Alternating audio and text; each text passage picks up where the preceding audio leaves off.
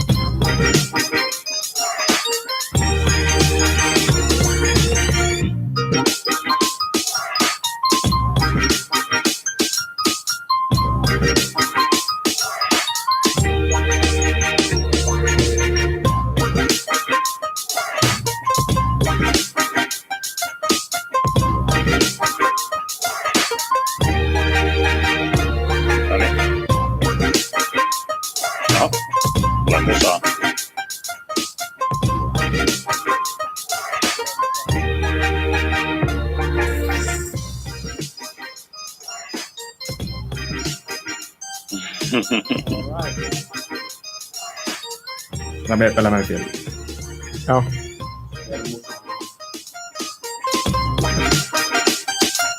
Hei, raidat on kilttiä, se on hyvä.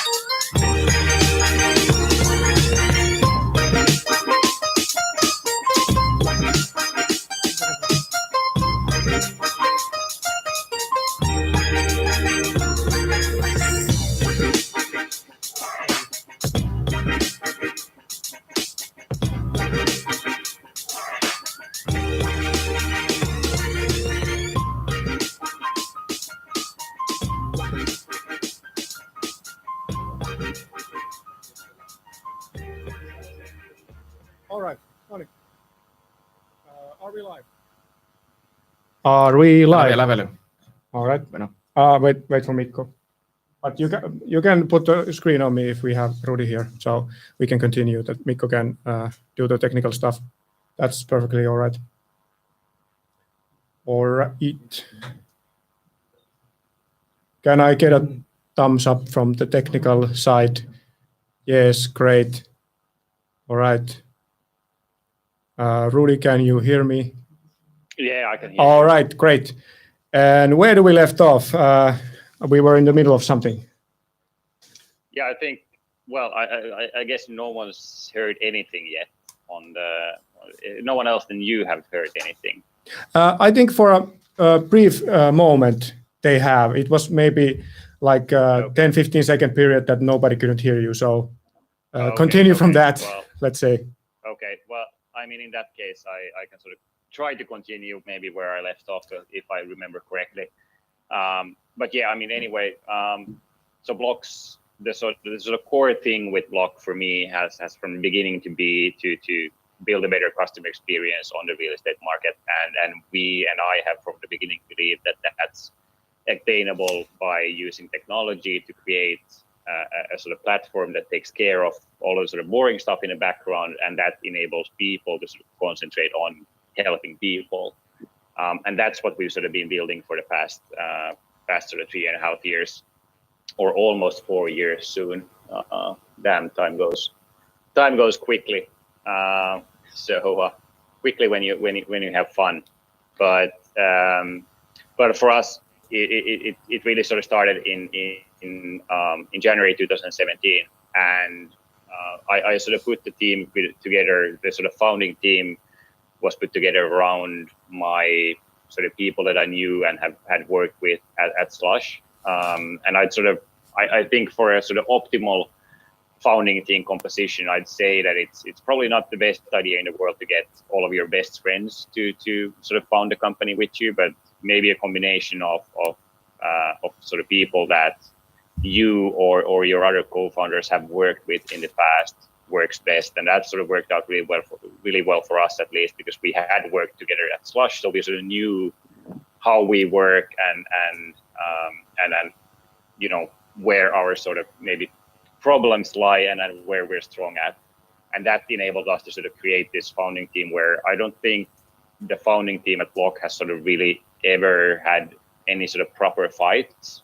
We've discussed matters, of course, and have maybe had different opinions on a few things, but we've all sort of had the same vision and goal from the beginning, which I think has made, you know, doing things quite easy for us.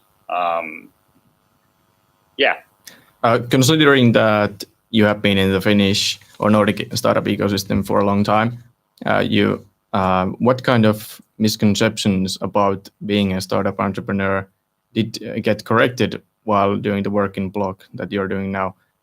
For other than do not necessarily start the company with your friends. Yeah, I mean, funnily enough, I think especially the background that I had from Slush and from Reactor Ventures sort of helped me quite a lot with the fact that I did know quite well, you know, the pitfalls around, you know, what you're going to do, and sort of was able to avoid most of them.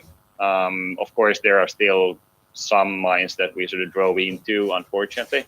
That always happens, and I mean, those are maybe mainly around the sort of fundraising part of things.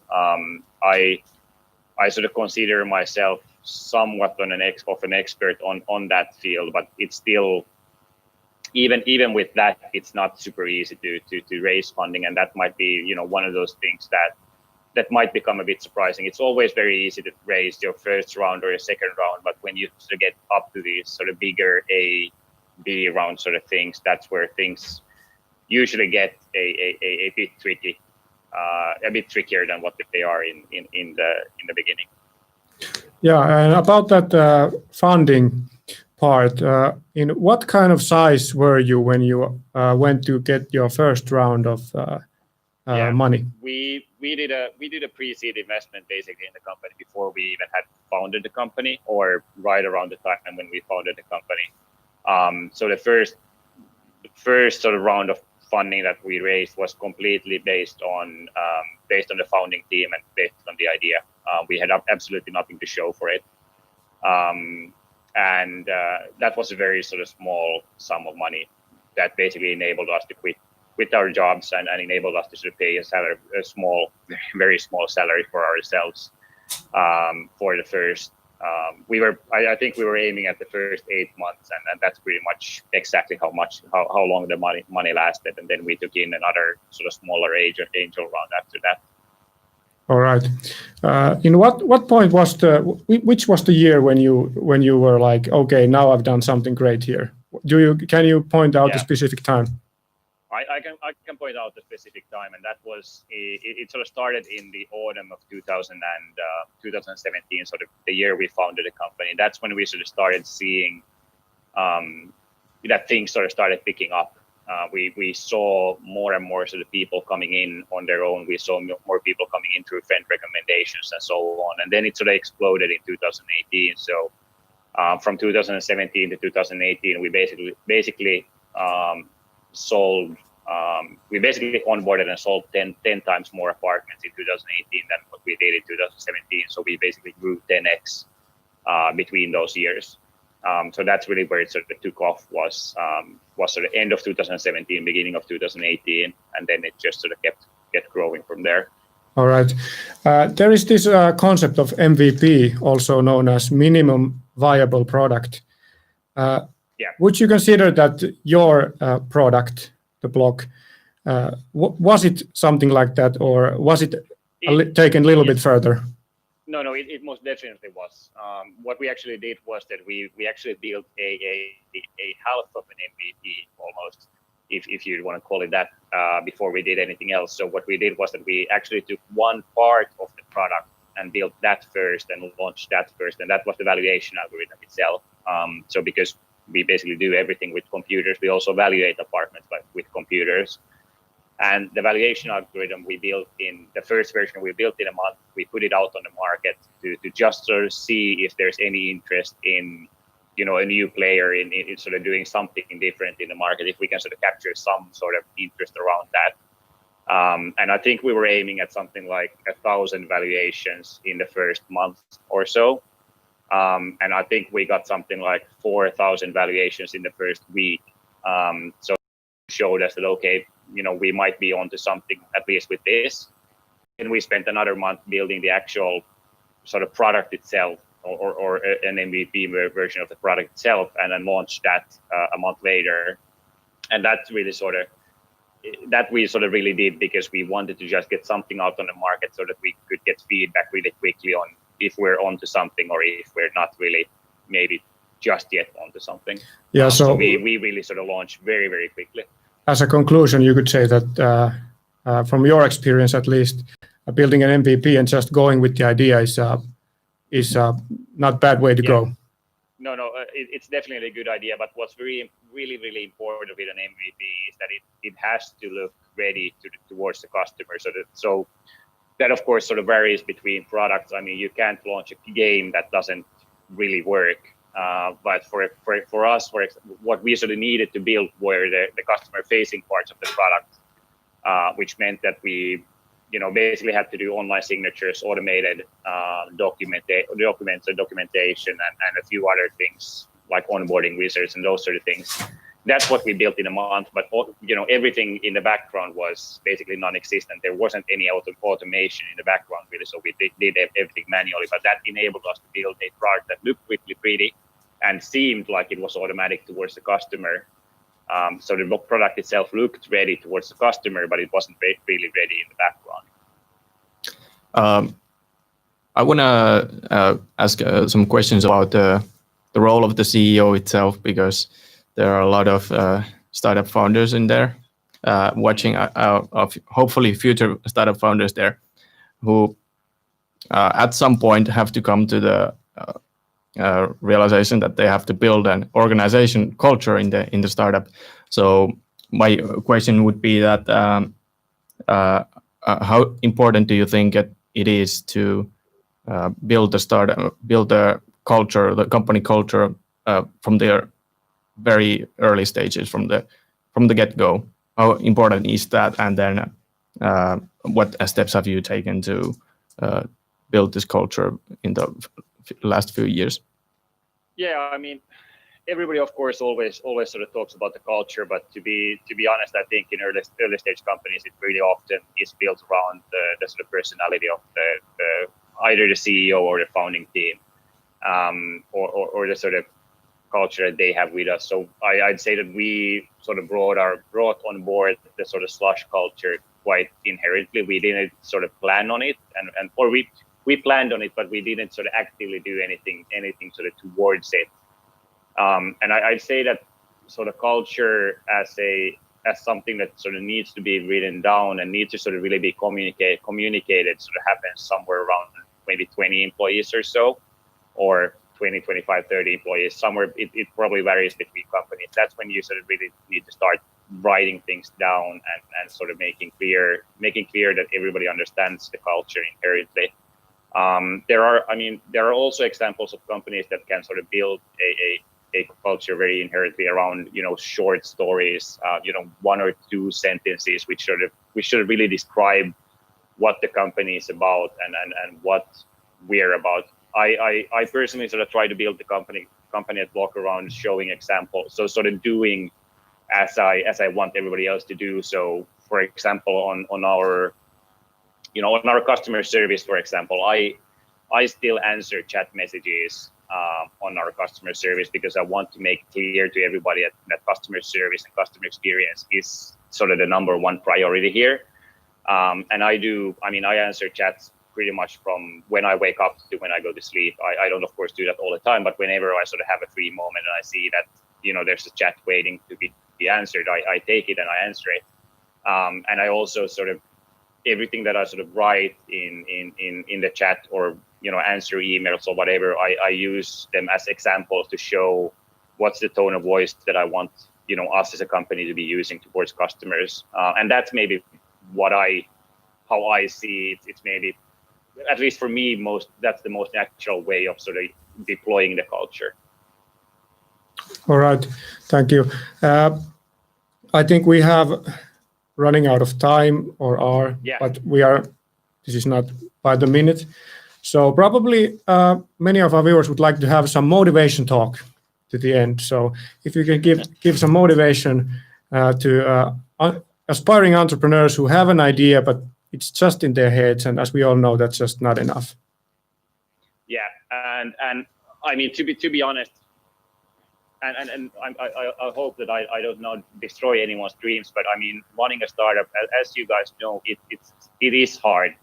It's not going to be a dancing on the roses, right, for anyone. And I for that reason, I wouldn't recommend founding a startup to anyone that's sort of inherently a very sort of stressful or scared person. I'd say that you're going to end up, with a stomach ulcer or something like that in less than a year if you're inherently sort of a stressful personality. Or if you have that, you need to at least get your co-founder to be a very, very sort of chill and laid back person, so that there's someone that has that sort of a control of the situation at all times, because there are going to be a lot of ups and downs. On the other hand, of course, the fun thing about it is that when you sort of do, hit that sort of nail on the head and things go right, the feeling that you get is magical, and I don't think you can really get that anywhere else than in your own startup. And that's sort of something that I sort of strive for. I also see that I've sort of gotten hooked to it in a way. So it's like a drug now that sort of I need to get every now and then, so that you sort of have a motivation to keep going. I'd say that we're now closing in on 4 years, and I still haven't had sort of any moments where I would have sort of regretted the decision that I've done to found a company. So I don't think that there aren't that many risks to founding a company, and there aren't that many things to be scared of. Especially in Finland, you're so secure that even if things go really badly belly up, you're still going to be, someone's still going to employ you. You're still going to be getting governmental support in terms of money on the bank. You won't become homeless. Those sort of things won't happen. So it's a risk worth taking, but you should sort of need to be a realist on what you're getting yourself into. It has fun parts and it has hard parts. For the most parts, it's fun, but the hard parts are hard. But yeah, best decision ever. Recommend it. All right, best decision ever, like a drug. Rudy. Yeah, it's a drug. Yeah. Thank you for this interview. Yes. No worries. Thank you on my part. Unfortunately, we had some technical issues at the beginning now, but now they are solved. So huge thanks to Rudy for being patient there with your time and everything. I hope everyone got something out of this interview. It was a short but really concise and straight to the Yeah. point, that kind of stuff. Exactly. If someone has any sort of questions or issues or whatever, you're free to reach out to me on LinkedIn or email or whatever. I'm always happy to help out when I get a moment to do that. All right. That's great to hear. We will pass that on. Did we get any questions right now in the chat? No questions from the chat. Apparently not. All right. All right. Great. Well, it's good that you're available there. Okay. Yes. Hey, thanks a lot. And next, Thanks, guys. we will have Jussi Palola from Virta. And now I think that we will have a short break. See ya.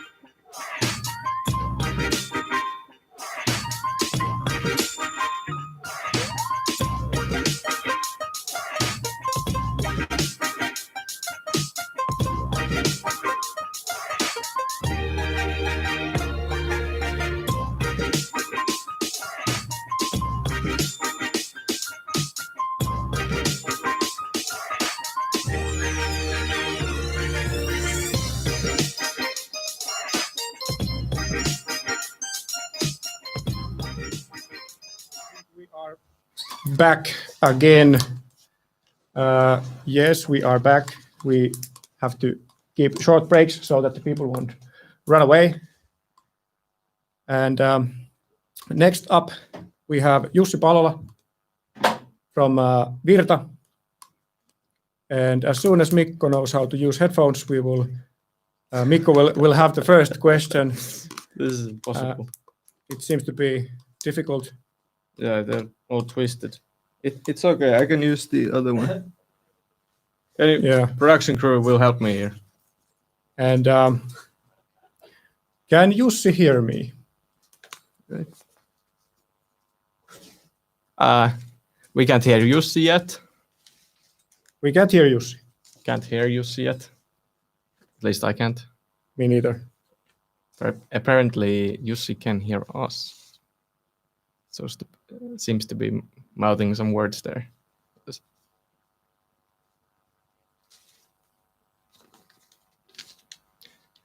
All right, just give us a second. We will try to fix the audio. It will be done in a. This is the live. Let's promote Forward while we're here. Yes, of course. What is Forward, Mikko? Tell me. Well, I happen to be wearing Forward hoodie right now. Yeah, but that's not the hoodie. Yeah, but that's not by an accident. Yeah. You know, well, at Lutas we have started this startup program or accelerator a couple of years ago. We do this every spring, and it's mainly for very early stage startups. And if you have an idea on your mind, then you can apply to Forward. It's coming back on 2021 spring again. And funding, mentors, connections, money, a little bit of money to get you started. Yeah, that kind of stuff. And how would I say, motivation, someone to kick you in the ass. Yeah, there's peer-to-peer pressure is hard there. Yeah, so really get things going. All right, that's Forward. What else we have? Forward, and that's basically for everybody. Yes, and day basically one. for that's the next step after Forward. But it's called day one because it's the first day of your company, essentially. Yeah, but you don't have to apply for Forward and then go to day one. Forward and day one are different programs. Yes, day one is a mentoring program for. That's right. When you have a team, when you have validated your market, and when you have, well, basically those two are requirements for day one. Yeah. And then we sign you up with a good mentor, and then after that, it's hopefully just growth. Yeah, and we also have some funding available for day one. So we have a pool of investors. That's in progress right now. All right, we have it I think we have Jussi right there. All right. Great. on the Jussi, line. can you hear us? Can you hear me? Yes, we can hear you. Perfect. Excellent. Great. All right. Okay. With us right here is Jussi Palola. He's the CEO of Virta, electric vehicle charging station provider, and also they produce digital services for those charging stations. I'm going to let Jussi tell a little bit more about Virta and when it was founded and what premises it was founded on and what they're doing right now. So Jussi, my first question to you is when was Virta founded and why, basically? Virta is founded 2013, December, 4th of December. We had started the preparation. Usually the company founding should be, and in my opinion, related some kind of general development, which is not there yet. For example, electric vehicles. I've been working since 2008, 12 years in terms of electric vehicles. And back then, 12 years ago, it was quite a early stage for electric vehicles. But from the fundament, we started with a couple of different persons to look the fundamentals of the market, not just reports of the general reports which you can have, but the raw data, what is happening in the world. And we found out on the analysis side that electric vehicles are really important part of the future energy system, and that the capabilities to store electricity is really essential when we are developing renewable electricity generation. And my background was from the energy, and from 2008 started to see evolution that electric vehicles are coming due to the many reasons, but fundamentally that the economic reasonable equation can be found when electric vehicles are introduced into the energy system. And 2013 company was found, and the mission is to bring electric vehicles to people's everyday life and to energy system. The second part of the energy system is so essential that, for example, International Energy Agency, so central organization in terms of energy, state that the electric vehicles are the single most important new element in the power system. And therefore, Virta is found on this transformation, which is related to mobility, not just changing oil fuel to electricity, but also increasing the share of renewable energy electricity production in global network, and that equation requires storage capability of electric vehicles, and also electric vehicles bring more energy efficiency and emissions, decreasing emissions in significant scale globally, and that is the background of Virta, and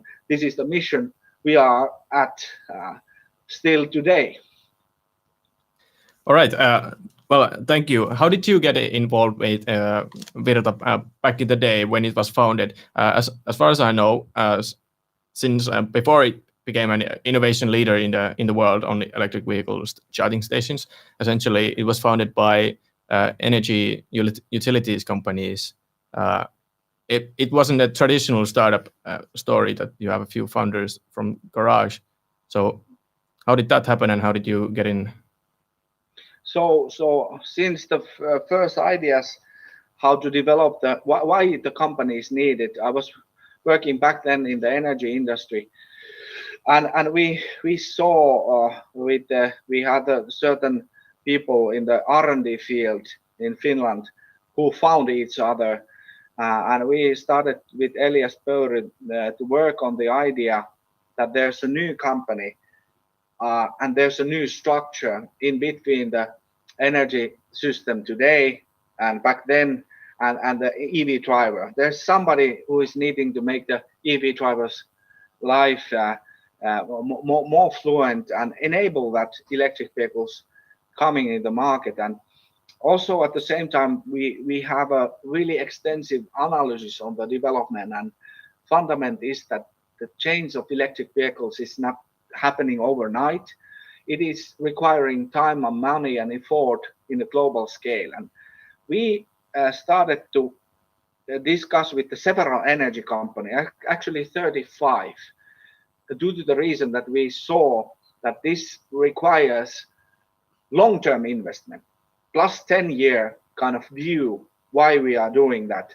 And because we are dealing with a so complex and infra-related topic, not in the many other digital businesses there. For example, the platforms and the computers are there, but in this business you need to have the long-term stamina, and therefore we invited several energy companies and finally get 18 as an investor. So all the investors were minority investors to join forces to bring scale big enough to grow to the business, and this has been really, like I said, different road, but we have the understanding that we need long-term investors which have capability also to roll out infrastructure by themselves. So therefore we started with the energy companies, the building Virta, and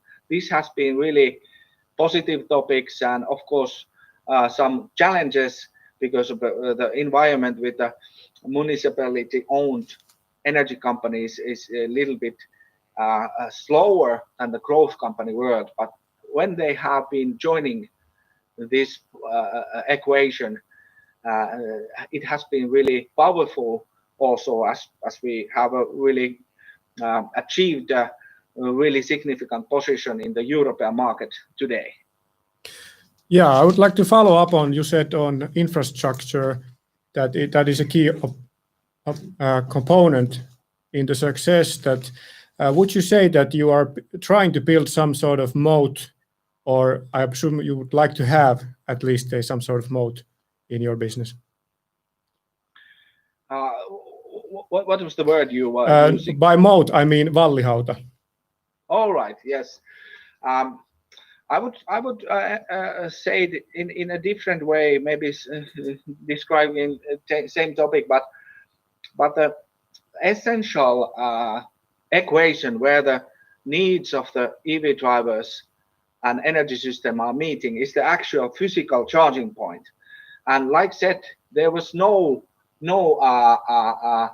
charging infra when we started, and to have the motivation for different players to build the charging infra and invest in it, we found out the idea that we need to invite several brands to invest in the charging network, and how we can get them motivated to do that is that we enable them to provide services to their customers with their brand. For example, we have now medium-sized and really big companies using our technology and platform to serve their end customers. But when, for example, E.ON customers is charging at the E.ON charging point, they are using our technology, but they are really strongly seeing and feeling E.ON. So that was the thinking, that we need to motivate the B2B vendors to build the charging network, which is costly, and basically it's, since the start, it hasn't brought money back.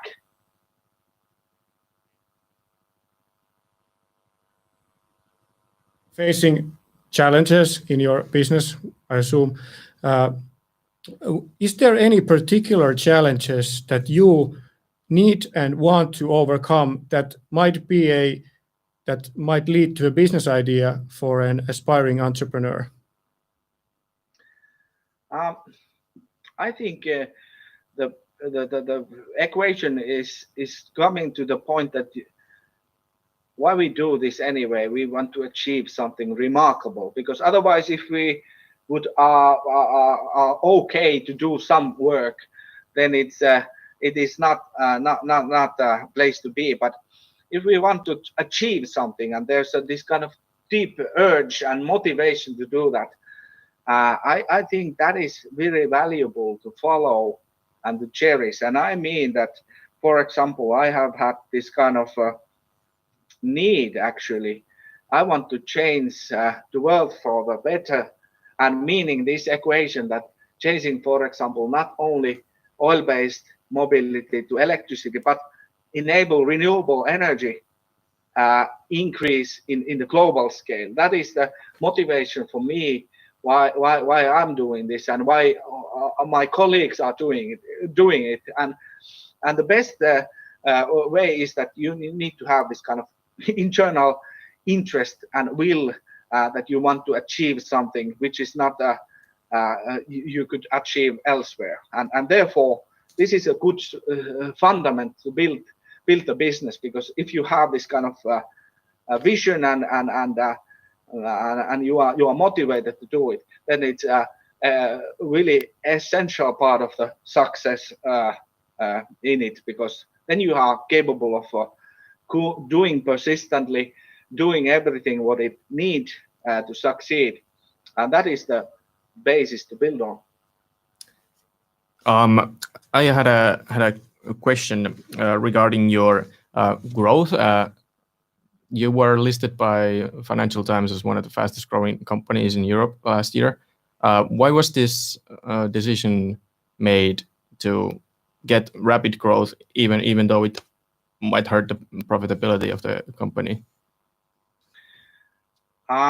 We are in really entering really fast booming phase of the market globally in EV electric vehicle evolution, and I would say that there's practically 10 companies globally who are not, from this point, let's say 3 years, 4 years onwards, they are sharing the market. There is no one coming with less than 5 years of preparation and technology building to this market. So now it is the game of the scaling, who it is scaling fast enough, and it is the simple equation that in order to be profitable, one needs to have the scale big enough. And now let's say a couple of years and has been already many years, the competition that who are able to grow fastest, because then when you are able to do that, you are reaching the level of profitability sooner. You are likelihood of getting more funding increases. So this is really like an Olympics, classical growth company Olympics, grow in scale in order to be profitable. And major part of the business is related digital world. So there is no limits that this is that the wider you have the service used, the more efficient, more cost efficient it will be. So that is the simple need for the growth scale. So you don't have actually option to stay put or have a good position in a certain country. If you don't grow and eventually try to be global, it is not, and then the game is lost already. Mm-hmm. Yes, I see. We also had one question from the audience. It states like this: Finland has a goal of cutting the emissions caused by traffic in half by 2030 and increasing the number of electric cars to 700,000. Do you believe we can achieve this goal? I think it is happening in a way that people are actually moving to that automatically. So depending on how many hundreds of thousands there will be on 2030. I remember I made that scenario with, of course, using VTT information 10 years ago, that in the scenario we have had from 400,000 to around 1 million EVs 2030.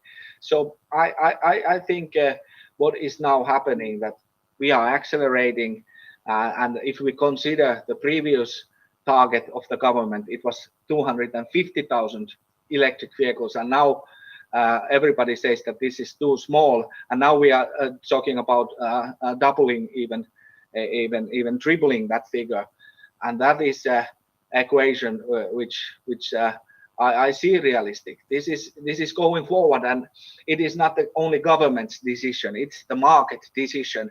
All the OEMs are pushing this equation forward, and maybe one single example I would state that last spring or on April, the biggest oil company in Japan invested to Virta, made the investment, and we are also in cooperation in operational form. And the unit which we were actually having the deal and discussing, they are the oil companies R&D and technology unit, and many of those persons we are cooperating there are doctors of fuel cell technology, but they have come to the conclusion that the fuel cell is not the next thing to do, but it is going to be electric vehicles. So I would say that in Finland, small country as we are, the defined figure will be from the outside reality, automotive industry, and the general market guideline. And I would say that the government is reading well figures of what is happening today. Of course, I would highly regard those like Ministry Economy of Employment 10 years, and actually 2009 launched R&D program in Finland, electric vehicle system, and put 110 million resources to that R&D, and Virta was one of the companies which was finally came out from this development. So I would say Finnish government has really been good partner and doing good things in terms of the R&D and the business development. So I would raise hats Finnish government action on the topic, especially on the R&D side, supporting R&D. The market size and the home market, I would say it is quite much irrelevant how many cars in Finland is for us, because we are already in 28 countries, and all the countries, many of those are much bigger than Finland. But I would raise the really thank for the governmental and Finnish innovation and support system, Business Finland, back then Takeoff. They are really important. So I think government is doing really good job in general, has been doing.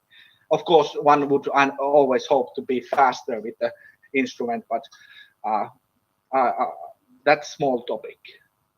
All right, I see. Ilari, do you have any questions right now?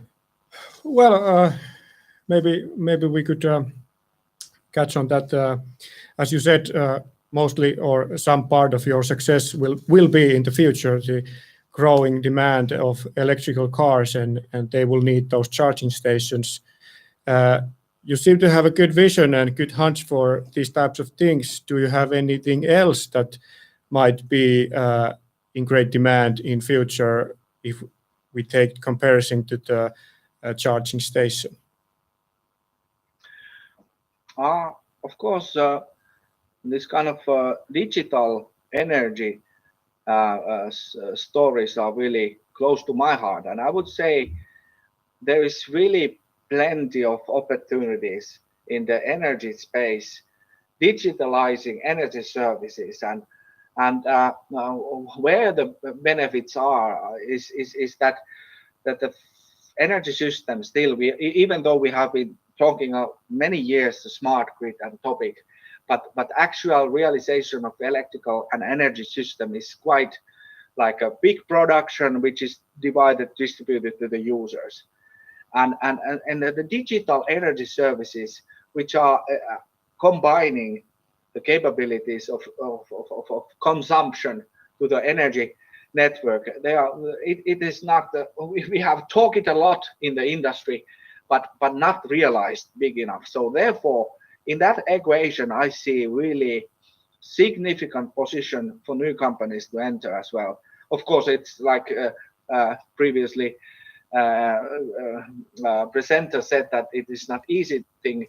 So therefore, I would urge that you do the really background work really thoroughly and try to understand what is happening in the next 5 to 10 years, because the things you start to develop this year or next year, will need to meet the demand of the 2025, 2030. And when you are able to do that, this is really strong equation in terms of energy business, which is really infra related, and therefore have this kind of, you need to understand where the world is going and develop the solutions for that time of period of time. Absolutely. And from what you said, you have a very long span where you look at things. You look at things from to 10 years, 15 years, I presume. Do you think that is a strength, that you're not looking just to get the fast cash, so to speak? Yes, I see this really fundamental. We are now we are with the technical university. I think it's really good background to have the tools. What we are having. My background is in a technical university as well. I see the understanding, analysis of the physical world is really important, and this knowledge base is really important. I would say that this is the first point. Without deep understanding, not just about today, but where things are going, I would say that this is not very good place to start. But if you have maybe one example where I have this kind of one really minor thing, but it turned out to be really big thing. So I was doing the analysis 10 years plus, and then I was thinking that we had the analysis that how about ordering physical big energy storage to the medium voltage network, so to 20,000 volt network, and we had the price from certain big companies, and the price was like 2,500 euros per kilowatt hour ordering that solution. But then I found out the new offer. It actually was the Nissan Leaf were just coming, and I took the price of Nissan Leaf, and the battery capacity was 24 kilowatt hours, and divided that price and came to the conclusion that the price when you buy storage from electric vehicle is 1,800 euros per kilowatt hour, where the other traditional company was having 700 euros more per station. But what is the difference? Two difference. On top of the storage, when you are buying the storage, you can have an actual car. Second point, the storage is connected actually to the grid level where you would need it, meaning the low voltage network where the consumption is. So from that point on, I started to think about it, that this is it is only a matter of time when this is happening, and so knowledge is really important. All right, that's quite interesting story. Indeed. I had one question from the audience. Once again, how does Virta see itself in countries that have fossil fuel dependent vehicles as the major share? So sort of a chicken and egg problem here. If you don't have charging stations, you won't have electric vehicles, and vice versa. So what is your strategy on those kind of countries? I think the essential part is to, from the beginning, is to invite parties which are interested to provide charging services, either as a primary business, like big energy companies or medium-sized, or a value-added business, like more and more restaurants, commercial shop centers. They like to provide charging services, and they have either primary business reason for, like energy companies make electric vehicle charging as a business, or the value-added business, invite Tesla driver to the restaurant, to the commercial center, like such.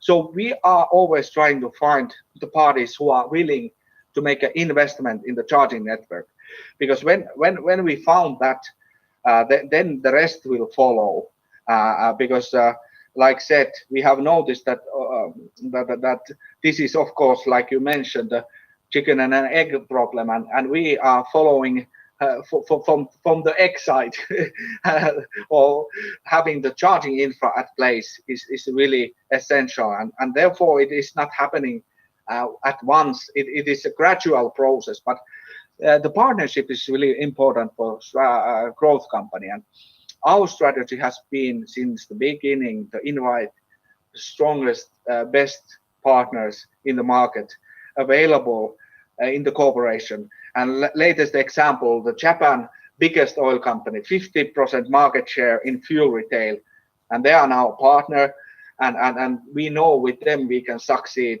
in the high likelihood for success is quite high because they have the wide capability of in a really good locations all over the Japan, and now they are introducing EV charging there, and this kind of partnership building is really essential.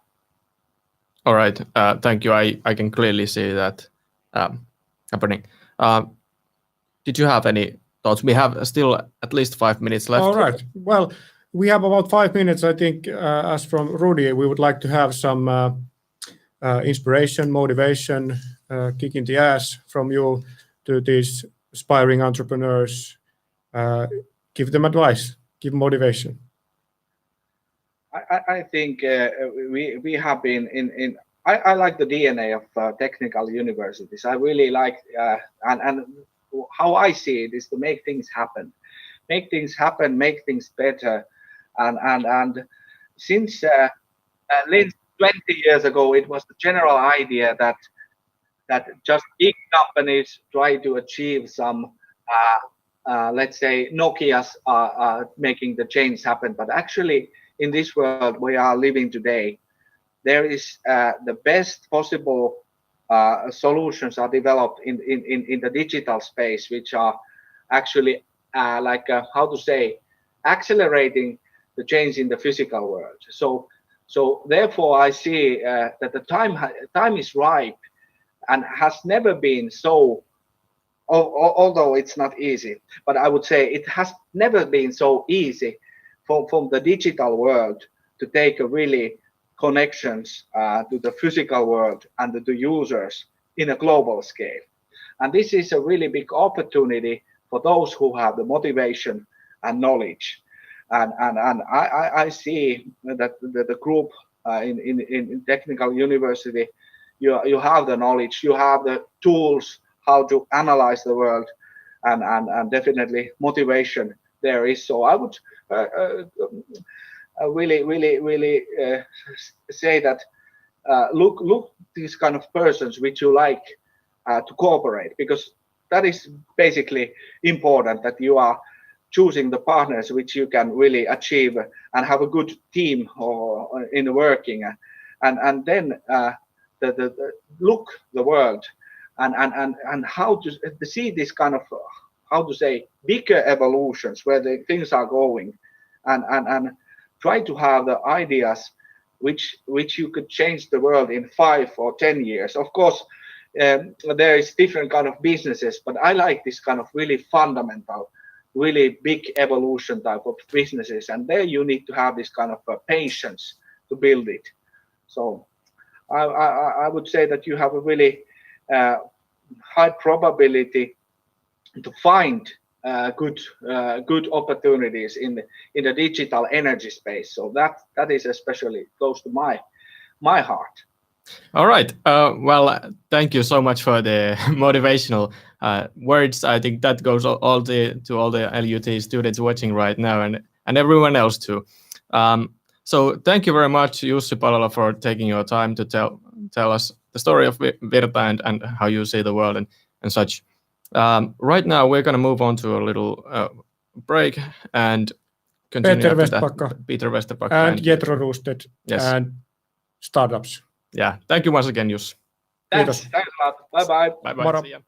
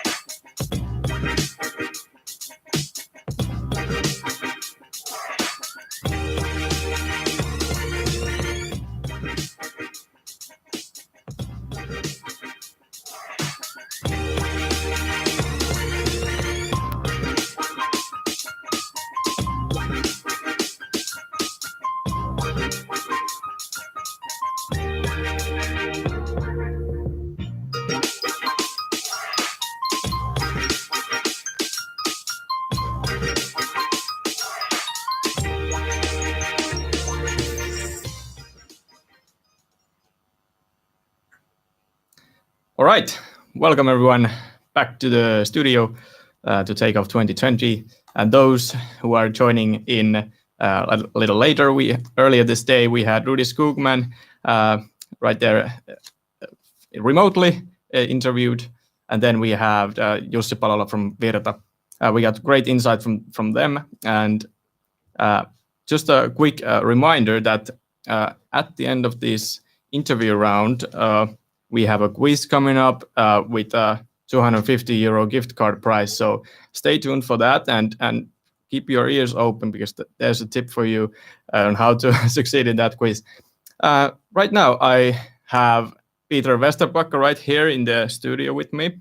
And Peter has been a major player in the Finnish startup ecosystem for a long time, former Mighty Eagle of Rovio, and been with Slash from the very get-go, and stuff like that. Other ambitious projects going on right now. Yeah. So thank you for taking the time, Peter. Hey, absolutely, anytime, and it's great to be here, and it's even great to be like here face to face and meeting with all of you like online. So it's cool. All right. We have been in contact before regarding, for example, Ambitious Africa, which is a new project, and then you have all sorts of different projects going on right now. So sort of a quick recap. What have you been doing for the past few years, and what have you been focusing on? Yeah, so I think that for me, I always say like, I've been an entrepreneur like all my life, and for me, being an entrepreneur, and entrepreneurs are people who do stuff. So I think that I always kind of like enjoyed doing things. So that's what I've been up to for forever. And you mentioned Slush. I mean, we started Slush in 2008. And I think that what's actually important with Slush, if you look at that, I mean, it's a fantastic event, and that's kind of like what you see, like on the surface, but it's really all about the community. And also, I mean, we started Slush not only to make a fantastic event, but actually the real reason was to change the attitude and the mindset around entrepreneurship and startups. Because many of us don't remember, but in 2007, I gave a talk in at Aalto University to 600 students about entrepreneurship, and then just asked them that, okay, how many of you guys are going to start a company or join a startup once you graduate, or even before, which is also fine. But then, only 3 hands went up. So 3 out of 600 were even like interested in joining a startup. And I think that's sad, and and that meant that everybody just wanted to kind of like maintain the status quo. So that's why we had to start Slush. So we started Slush to change the mindset, change the attitude. And okay, if you look at Finland and we look at Nordics right now, this is the place to be. And here is where all the startup activities, and it's like amazing. And if you look at like Estonia, 1.3 million people, 4 unicorns. So we're very proud of our friends in the south that they've done an amazing job. And I think that this is all over the place, and it's all around us. So then what I've been doing in parallel with that, then looking at okay, how do we take that to the next level, and also if you look at the core of the brand of Slush, it's in November, cold, dark, slush on the ground. It's not the Silicon Valley, it's better, and it's better because it's different. And I think that this is what I'm working on now, is the better part. How do we make that real? How do we make this the most amazing place for you to live and start your company, run your company, do your business? And I think that this is something that I've been working on now. So Ambitious Africa is about creating this super connectivity between the Nordic ecosystem and Africa, bringing young people here in Finland, in Nordics. And when I talk about Nordics, I'm talking about the new Nordics. I always include our friends in Estonia and the Baltics. So that's important. But yeah, our part of the world with Africa. And I think that there's a lot that we can learn by working together. I think this is something that's super important. And then I'm also working on some physical connectivity. So connecting Helsinki and Tallinn with a tunnel so that we can reduce the travel time to 20 minutes from the current 2 hours by ferry. And that's actually to create a higher concentration of talent and actually making the two cities one metropolitan area. And of course, when you have talent density, like we see in games, as one example, yes, Angry Birds happen here, but then Supercell, then Small Giant Games, Seriously, you name it. So we have an amazing stream of success because we have the highest density of game developers and game studios. And this is, I think, very important that it's not that we have the most, absolute numbers, but we have the highest density. So, when I went to actually Espresso House to pick up my coffee, but you go to Starbucks in, say, LA, and then you stop the person, random person there, and you ask, him or her that, your movie, could you tell me more about it? And then, he or she will start saying that, it's like this, and he will get into his script or her script and then talk about who's gonna be taking the lead and the casting and everything. And now when I stop somebody at the coffee house there, and I ask them that, okay, so tell me about your game, and then they will start saying that, okay, it's like a match 3 game, and it has role playing elements, and and these kind of designs, and the user acquisition strategy, it's going to be like this. So talent density is what I'm working on, and then that's involves many different things, and from my perspective, it's kind of all aligned towards that goal. But of course, if you look at it from outside, that Peter seems to be all over the map, and he's building a tunnel, and he's doing something in Africa. And what about this Slush thing? And okay, the 150,000 students to Finland and all of that. But actually, or at least I would say that myself, that I know what I'm doing, but it might look a bit random from the outside. So they're all connected, totally, essentially. Yeah, yes. Totally, yeah. Yeah, that kind of brings me to my what I've been wondering myself. Mm-hmm. For example, what is your, you kind of touched on that, but what is your ultimate vision for the future? I think that for me, what I'm working on, and I think most entrepreneurs would say that I'm working on changing the world, and that's kind of what I'm trying to do. And of course, hopefully when people say that they want to change the world, hopefully it's for the better. So that's kind of what I believe in, and I really believe that entrepreneurs, startups, all of us, we're all part of the solution. And now when we talk about sustainable development, and we talk about this, we talk about that, the only way to create a good future is actually to make it good, and that's up to us. And I always say that nice thing about the future is that it's not defined and it's not predefined, so or predetermined, so we can impact it, and we can make the kind of future that we want.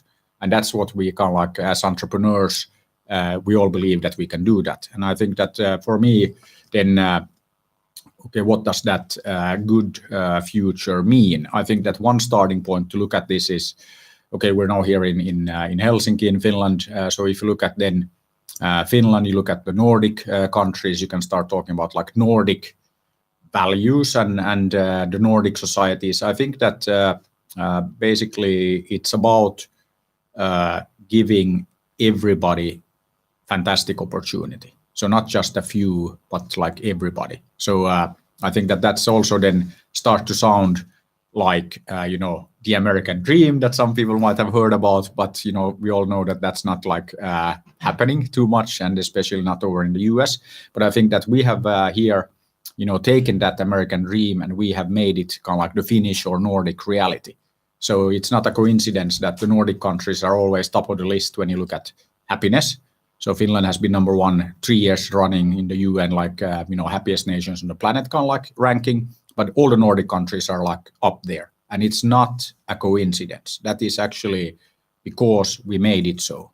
And I think that this is, what I'm looking at, that, okay, how can we then make more of that happen, all over Africa, the Americas, Asia, and all of that. So I'm looking at making more of that happen everywhere. Mm-hmm. Yeah, I can definitely see that there's this community of doing what is in part of that. You talk a lot about the responsibility of the young people, and yes, and also that we should empower young people more. Yes. Why do you see it that way? Why does the change come from the young people? But I think that's like because obviously young people are the future, no matter how we do this. I mean, of course, young people will grow up to be older people, and then like you're in charge, and hopefully like before getting too old. But I think that it's really important that we not only talk about like we will listen to young people. I mean, yeah, fine, listening is like a good start, but we need to put the young people in charge. And I think that it's the job of us, like slightly older people, is to make sure that then the old people and the government stay out of the way while the young people change the world. And this is what we've been doing now with Ambitious Africa, and we're repeating this message like many times a day.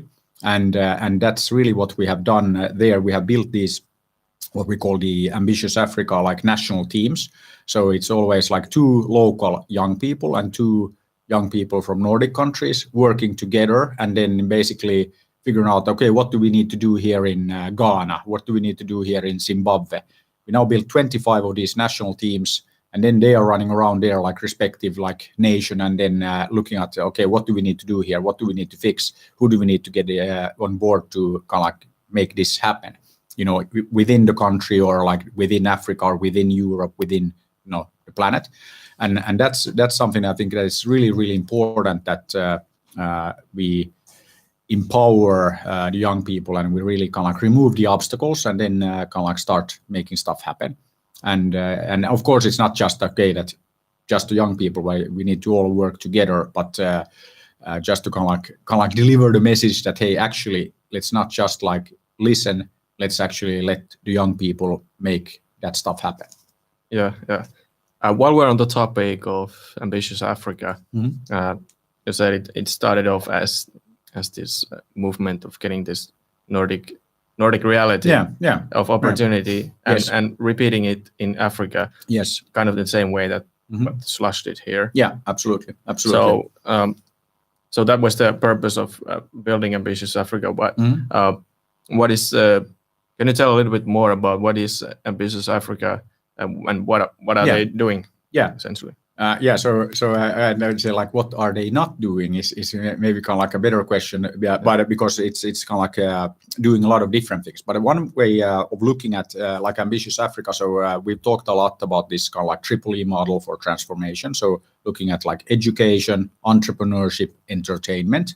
So activities in all those areas, and then concrete examples. So for example, now we identified a long time ago that there is a big need to improve the educational system. And actually, it's not just in Africa, I mean, it's globally, but we happen to be very fortunate here in Finland that we have one of the best educational systems, if not like the very best educational system anywhere. And that is, of course, something that it's I would say that it's almost our responsibility and our duty to kind of like share our experiences and what we've been building here for the last like 50 years or 100 if you look at like the history of like Finnish independence. But so then looking at that there's a need to train 2.4 million early years teachers all across Africa. So we have like a need for 50,000 in Cameroon, 50,000 in Mozambique, 20,000 in Rwanda, and so on and so on. And when you add up all the numbers, it's 2.4 million, which, okay, that's like, oh, that's a lot. How can we achieve this? So then we started looking at how do we achieve it. So we teamed up with FABE, this Federation of African Women Educationalists. Then we have Fun Academy here in Finland that's been specializing in like this teacher education and fun learning and like all of that. And then we brought together a bunch of people, our universities here in Finland, some universities across Africa. And then we start looking at like, okay, let's build a model that will enable us to train 2.4 million teachers in 5 years. And now we're executing on that and we're training teachers in 9 countries. So we started with Malawi, which is not the easiest place, but why do easy when you can do difficult? And then we started doing that. Then in the area of like education, then we have been working here in Finland with the Tech Finland, Technology Industries of Finland. They did this fantastic program called This Works, and it's an innovation program for first grade students. And it's something that was done by teachers, for teachers, supported by Tech Finland. And then decided to give that away for free, not only here in Finland for all of our first grade students, but the whole planet. And now we're working on deploying that to all first grade students in Kenya. Then we look at the rest of the African continent, and again the local teams in Ambitious Africa working together with partners like in this case Tech Finland and some teachers and Fun Academy for the teacher training and like all of that. And this is just like 2 projects of I think about 30 or so that we have launched. We have a project that we're doing with a company called River Recycle to clean up the rivers. So there's like a lot of plastic. So that's one thing that we're deploying. We're looking at these. One thing that came up actually in Ghana when we did this launch event, this Ambitious Africa National Day for Ghana. The country manager of Oracle was there, and he said that there's a big challenge in Ghana. And actually, recent few days, in the last couple of days, we have also learned that we have a huge challenge in that area in Finland, and the area is cybersecurity. So that came up in Ghana that we need many, many more people for the cybersecurity field. So then we started working with the local team in Ghana that, okay, what can we do? Okay, we happen to have a lot of expertise here in Finland around cybersecurity. We have many companies, we have many programs at our universities. So now we're working on creating kind of like a cybersecurity double degree between a Finnish university and a university in Ghana. So then you can study in Ghana, you can study in Finland, and then you'll end up with a degree in cybersecurity, and you can end up working in Ghana, for say Oracle or the government or somebody, or you might end up working here in Finland for F-Secure or Nixu or one of SSH. We have many security companies, cybersecurity companies here. So that's kind of like what Ambitious Africa is doing and making happen. But you could also say that Ambitious Africa is actually not doing anything, but actually Ambitious Africa is making sure that it happens. So it's kind of like the initiator and facilitator, and I love to talk about like the super connectivity because it's really important that you can then find people that, we have a challenge, cybersecurity, who do we need to talk to? Okay, we should talk to this university, we should talk to this company, this guy, and then before you know it, you're like in the business of creating more like cybersecurity talent. So it's not repeating Slush in Africa. It's a super connectivity networking. Yeah, and I think that it's always you always have to take like local conditions into account. But it's in many ways it's repeating Slush because that's also kind of like what Slush did. It was creating this gravity.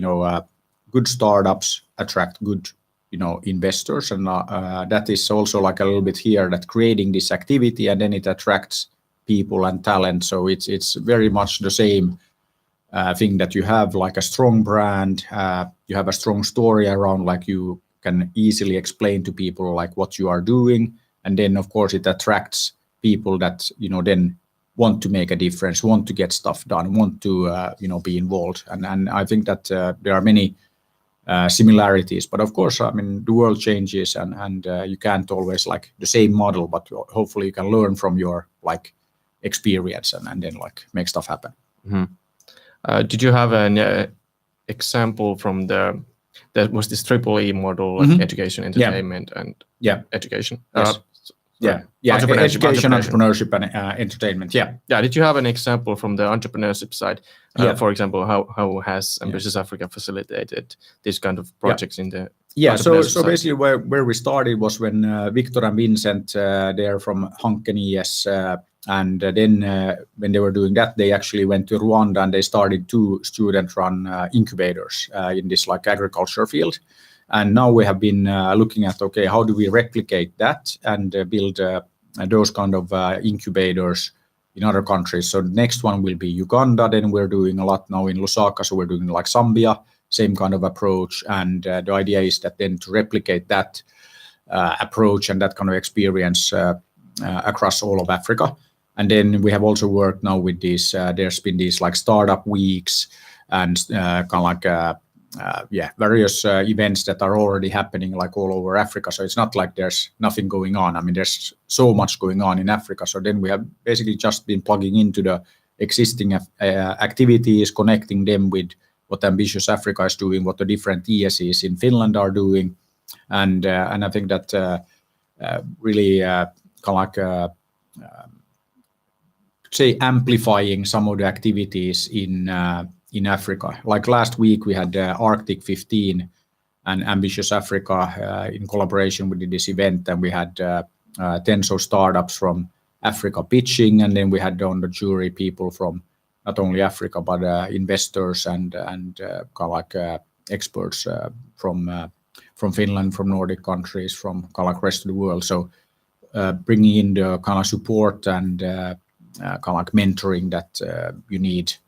Any startup, I mean, you don't have to be like African startup. I mean, the same if you're a Finnish startup, there's a lot of mentoring, a lot of kind of like help that you can get, and we're now like connecting that and making sure that happens. One kind of issue that I ran into here in Finland was that, well, it's no longer an issue because of this transformation that has happened in entrepreneurship, but essentially the roles of the university in Finland has been large in emerging this entrepreneurial mindset from the youth. Has this occurred in some countries in Africa that there's the institution is in the way of establishing, for example, this kind of entrepreneurship societies? Or absolutely. And how would you kind of deal with that? Yeah, I think that, and I would say that it's also it's a problem everywhere, and you don't have to go, as far as Africa. I mean, you can go to many places in Europe, in the Americas. It's really very much like about the institution in question. But I think that in many cases you still have challenges that it's not so easy for kind of like the business side of the society to work with the universities, because again, it's a little bit like in the music industry that if you are an artist, that's all good, but then if you are an artist and you start to actually make a living and you start to like make a bit of money with your music, then there's always this discussion that, oh, he or she has sold out and he's not really an artist anymore because he's actually making money. So the universities have a little bit in some places this kind of problem that even though they are, their job is to educate like all of us and the societies and move that forward, and of course do research and all of this stuff.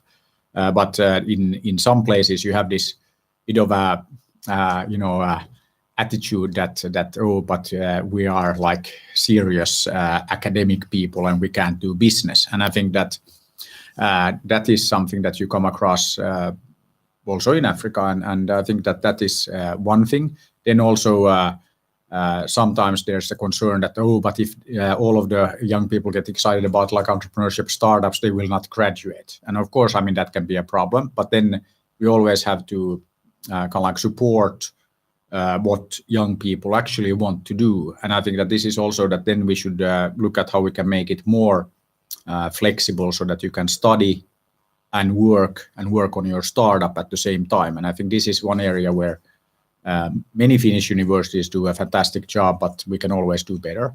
So I think that there's it's not it's kind of like a never-ending like project, never-ending story. So it just we need to keep at it, and I think that there's a lot that we can share our experiences that we've had here. And I always use the example also of the games business.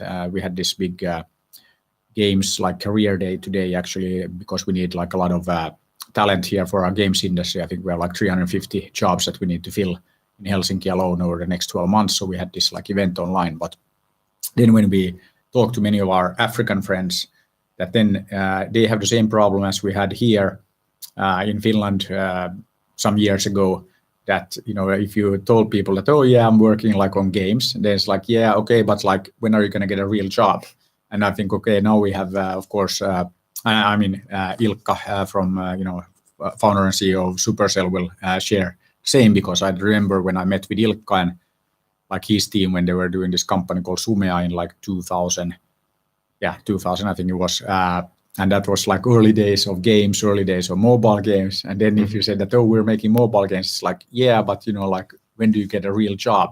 Of course, now if you look at the success of for example Supercell, that like 10 billion exit, not too bad. So like I don't really need a job. Yeah, exactly. Yeah. So I think that but yeah, so in Africa and like what we have come across, that when they then say that, oh, we're doing this games company, then many of the parents will say that, like that's not like a real job, like you're just having fun.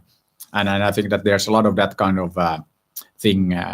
We've seen that all over the world, that hey, if somebody tells you that, hey, I'm like an entrepreneur and I'm doing this company, then hey, why don't you go and work for that like corporation and get like a real job?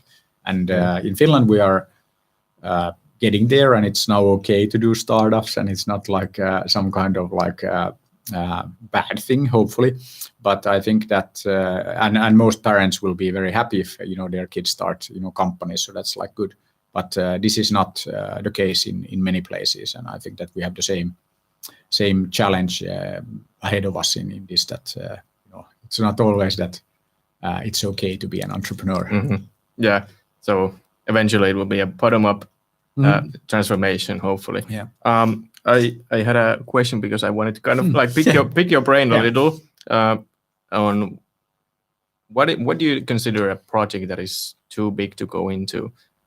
For example, what is too? Is there such thing as too ambitious? And no, I don't think that there are any. I mean, of course, I'm sure if we want to come up with projects that are, I don't know, too ambitious or something, of course we can. And I mean, like you can define like impossible things. But I think that there, in the end, there are very few things like out there that actually are impossible. So I think that this is something that I always say that most of the things out there are very much possible to do. And if you look at take Slush that we touched on, that very few people believed me when I said that this is going to become the biggest and best startup event on the planet. Because I mean, at the first Slush we had like 300 people, and making that leap in your imagination that, hey, this is going to become like totally different, and it's going to be the biggest on the planet. It's sometimes difficult for people to see that. But I think that then was same with Angry Birds, that first said in 2010 that, okay, we're going to go for 100 million downloads, and nobody had done that before. And then I was told that, hey, Peter, it's impossible, that, like you're crazy. Nobody has gotten to 100 million downloads, not even Tetris. And at that time, Tetris had been around for 20 years, and they hadn't gotten to like 100 million copies like distributed. But then, of course, if you now look at like Angry Birds as an example, it's now at like 4 billion or plus downloads. So the 100 million didn't turn out to be like that much of a challenge. I mean, of course, it's difficult, but not impossible. So I think that you need to be very ambitious, I think, always, and not be afraid of setting ambitious goals. And I think this is something that I learned during my like entrepreneurial journey, that there are very few things that can't be done. And I think that take now on this topic of Africa, if you look at Bolt, so Bolt is the 4th unicorn to come out of Estonia. I think they're now valued at like 2.9 billion or something like that, and they got started in 2014, so recently. But if you look at them, fantastic success story. They now have 500,000 drivers in Europe, but they also have 500,000 drivers in Africa. So they are live in 6 African countries. And I think that a good example that if somebody then would have told, Markus and the founder and Martin Willig, say in 2014 that, we think that you're going to have 1 million drivers and half of them in Africa, in like 5 years, then probably, I don't know, but I would guess that even they would have told that person in question that, hey, you're crazy, that, okay, maybe 500,000 in Europe, but like 500,000 in Africa, come on, I mean, like, and it's there, and it's reality. And I think that that is also what will happen, and what actually then makes these things possible is that if you look at, take, for example, the success story of Supercell, 10 billion exit, 10 billion valuation. But many times, like then what Ilkka and the guys were saying that, hey, if those guys at Rovio can do that, then we can as well. And then they did, and they made something even bigger. And I think that before, Playtech, Skype, and these guys, then, people in Estonia would probably have said that, yeah, but we're only like 1.3 million people. We can't create these unicorns.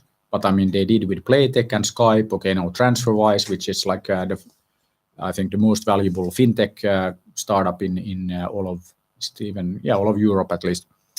So I think that these kind of success stories and role models typically tend to generate more of the same. And I think that this is, to answer your question about like impossible, that it might feel impossible, but then you see other people doing it, and then you realize, hey, it wasn't impossible, and if those guys can do it, I can do it as well. And this is very important. So always role models, for entrepreneurs, super, super important.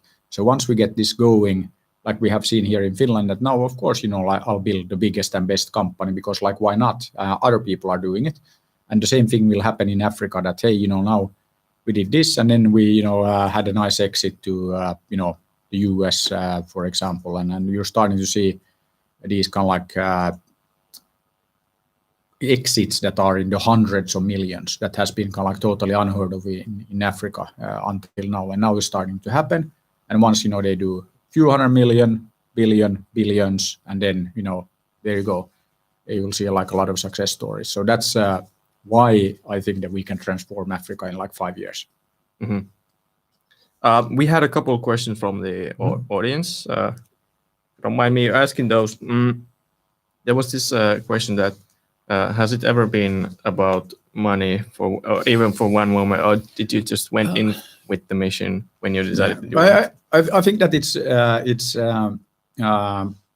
only about the money when you're out of it, and you actually absolutely have to like get that to like feed yourself and your family. So I think that is when you think about it. But I think that for me that's never been kind of like the motivation. So I think for me it's more about like doing things that have a meaning and then have a big impact. So I enjoy working on kind of like impossible things and big challenges. So that is kind of like one thing.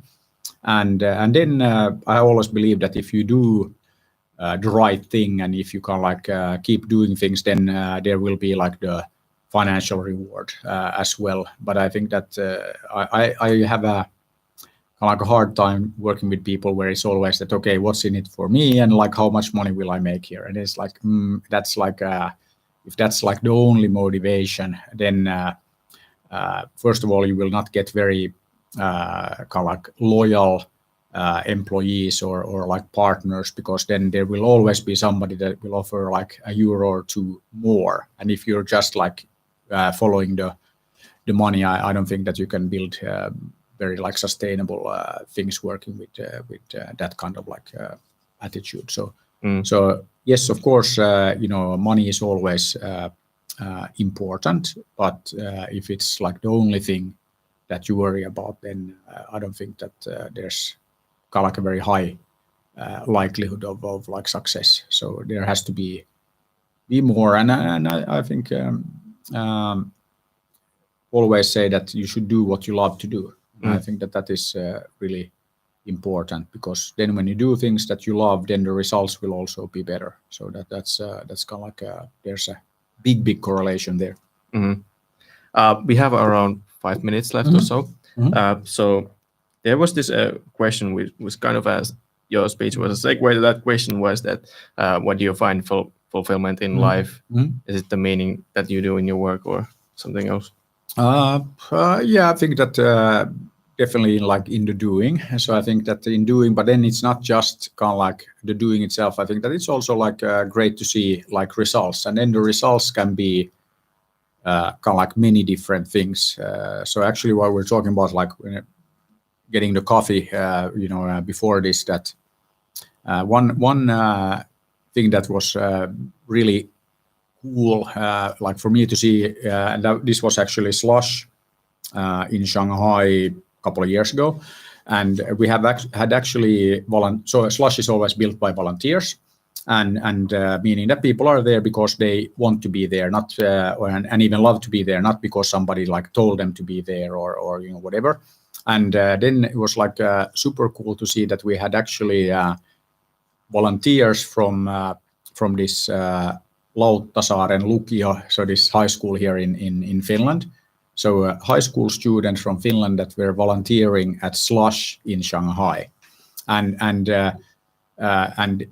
of course now there's like, so like what's the big deal? Like, okay, you have some high school students and they volunteer at this startup event in Shanghai in China.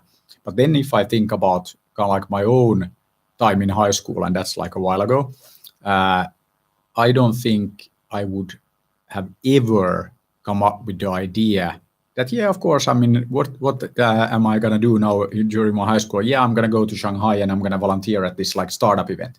I mean, impossible to even come up with the idea. Of course, I mean, China was different then, and okay, we didn't have Slush and we didn't have like a lot of these things. But the point here is that now we do, and now it's maybe not normal for high school students in Finland to go and volunteer at a startup event, in Shanghai or in Tokyo or whatever, but it's possible. So it's not, if somebody will tell you, a high school student now in Lappeenranta that, hey, I'm going to go and volunteer at Slush in Shanghai, I say, hey, cool and great. And you're not going to tell him or her that, nah, it's impossible, you can't do that. But if you go back 10 years, probably that person, that high school student would have heard that, it's impossible. Okay. Nobody has done that before. Like, what are you talking about? Some startup event, like in Asia, and you're going to go there and volunteer? Like really, it's impossible. So I think that this is something that these kind of results, I'm super happy to see. So this is, not, it's a little bit like people ask, okay, so, you're saying that you're going to transform Africa in 5 years. What will it look like? And then I always say that I don't know. I don't know what it will look like, but I know that it will be amazing. So it's just kind of like the thing is that you have to do these things, and then you don't know exactly what the result will look like, but you know that it's going to be like really amazing results and these kind of things that, okay, we'll have high school students go and volunteer at an event in Africa, for example. So, I mean, that's those kind of things are like super cool to see. Mm-hmm. All right. I think we are running out of time. I mean, the time just flies. Yeah. But really insightful stuff. And I thank you very much for taking the time. Thank you. It's always great to be party of these kind of events, and I think that Lutes is doing fantastic job in Lappeenranta and also here in Helsinki, clearly. So that's good. Well, thank you very much. I appreciate it. All right, I think we're gonna go on a little break right now, and after that, Jethro Roosted will come in for an interview. Oh, so strap in for that, and see you in a bit.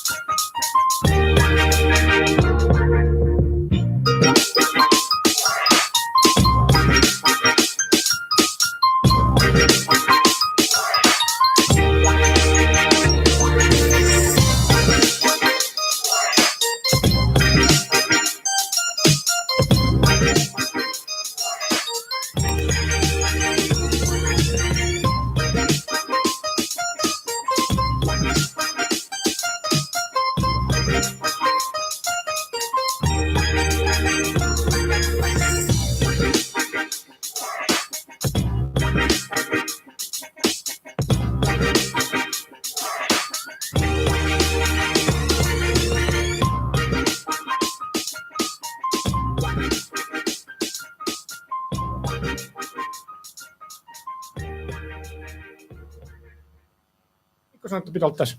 Mut joo. Se on parempi, että se kuuluu. Siellä on Siellä ollaan. Sinne kuuluu hyvin. All right. Täällä puhuu Hilari Isomusteri. Kuuleeko Jethro?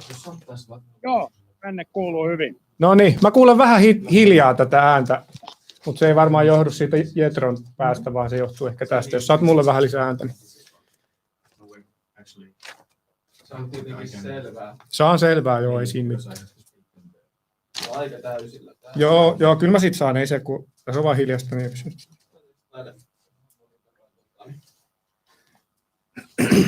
Joo, tässä vielä melkein 10 minuuttia aikataulua. Koska tämä piti aloittaa? 5 yli. Kuuliko sä, Jethro, me otetaan 5 yli. Eli jos kaikki toimii, niin mun puolesta voit pitää tauon vielä. Kuuletko mua? Ei tarvitse kuulla. Kuuluuko sinne?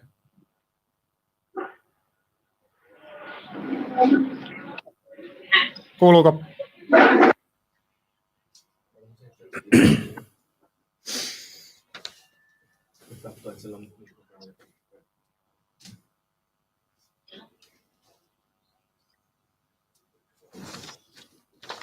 Buono.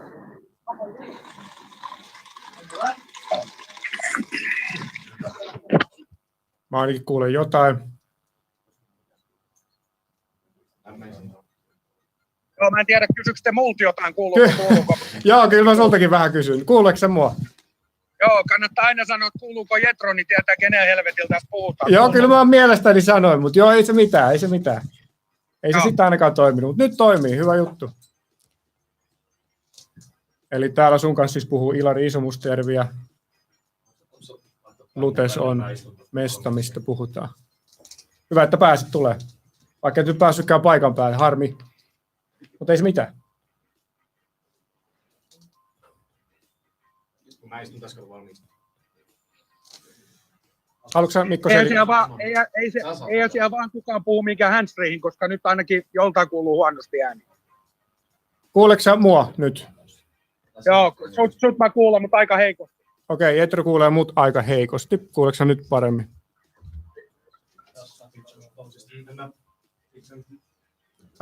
Olkaa hetki hiljaa, mä katson. Jetro, kuuleeko sä nyt mua? Kuulen joo, mutta pikkasen vaimeesti se tulee. Sä puhut johonkin ihme mikrofoniin vai? Joo, mä puhun ihme mikrofoniin, eli vähän hiljaa kuuluu kulma Jetron päähän, että jos meillä on tekninen staffi, niin he koittaa asialle jotain tehdä. Ja mäkin yritän puhua. Meillä on tässä, siis nythän ollaan tauolla, niin ollaan sitten aika hiljaa. Tai totta kai täällä on ihan hiljasta. Niin.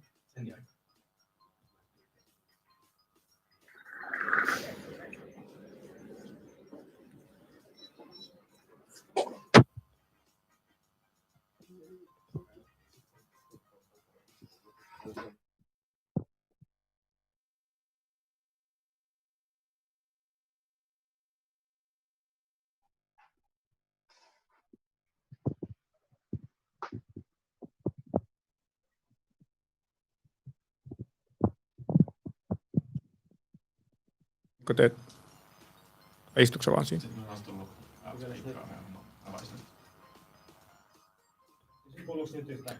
Jetro, kuuletko nyt yhtään paremmin?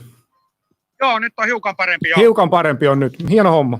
Joo. Mäkin kuulen sua ihan hyvin, niin Joo, kyllä me tästä saadaan tää lähteä. Niin tavoite on, että nyt kun meillä on tällaista kunnon talenttia täällä, niin saadaan toi katsojaluku kipuamaan.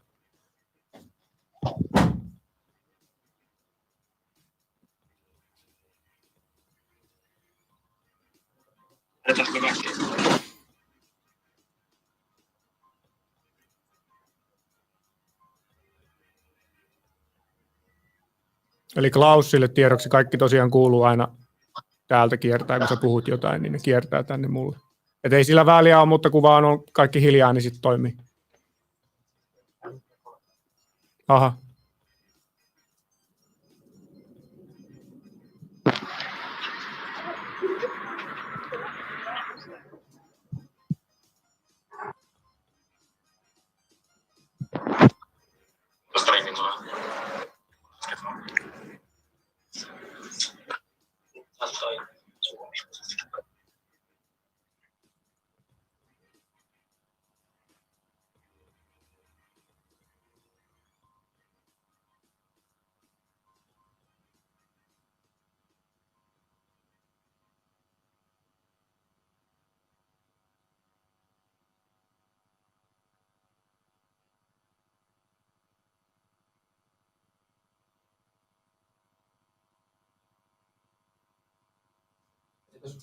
Ongelma, jos sieltä puhuu vaan selkeästi kaikki.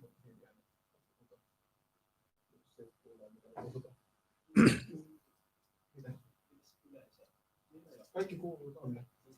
Joo. Vai jos sitä rupeaa muuttelemaan, niin sitten se yhtäkkiä kuulee. No niin, mennään tällä sitten. Mennään sillä. No niin, elikkä... Ei vielä kuulu. Joo, mutta te olette valmiita. Staffi on valmis. Antakaa joku merkki, kun taas palataan linjoille. Ja Jetro kuulee minua myös.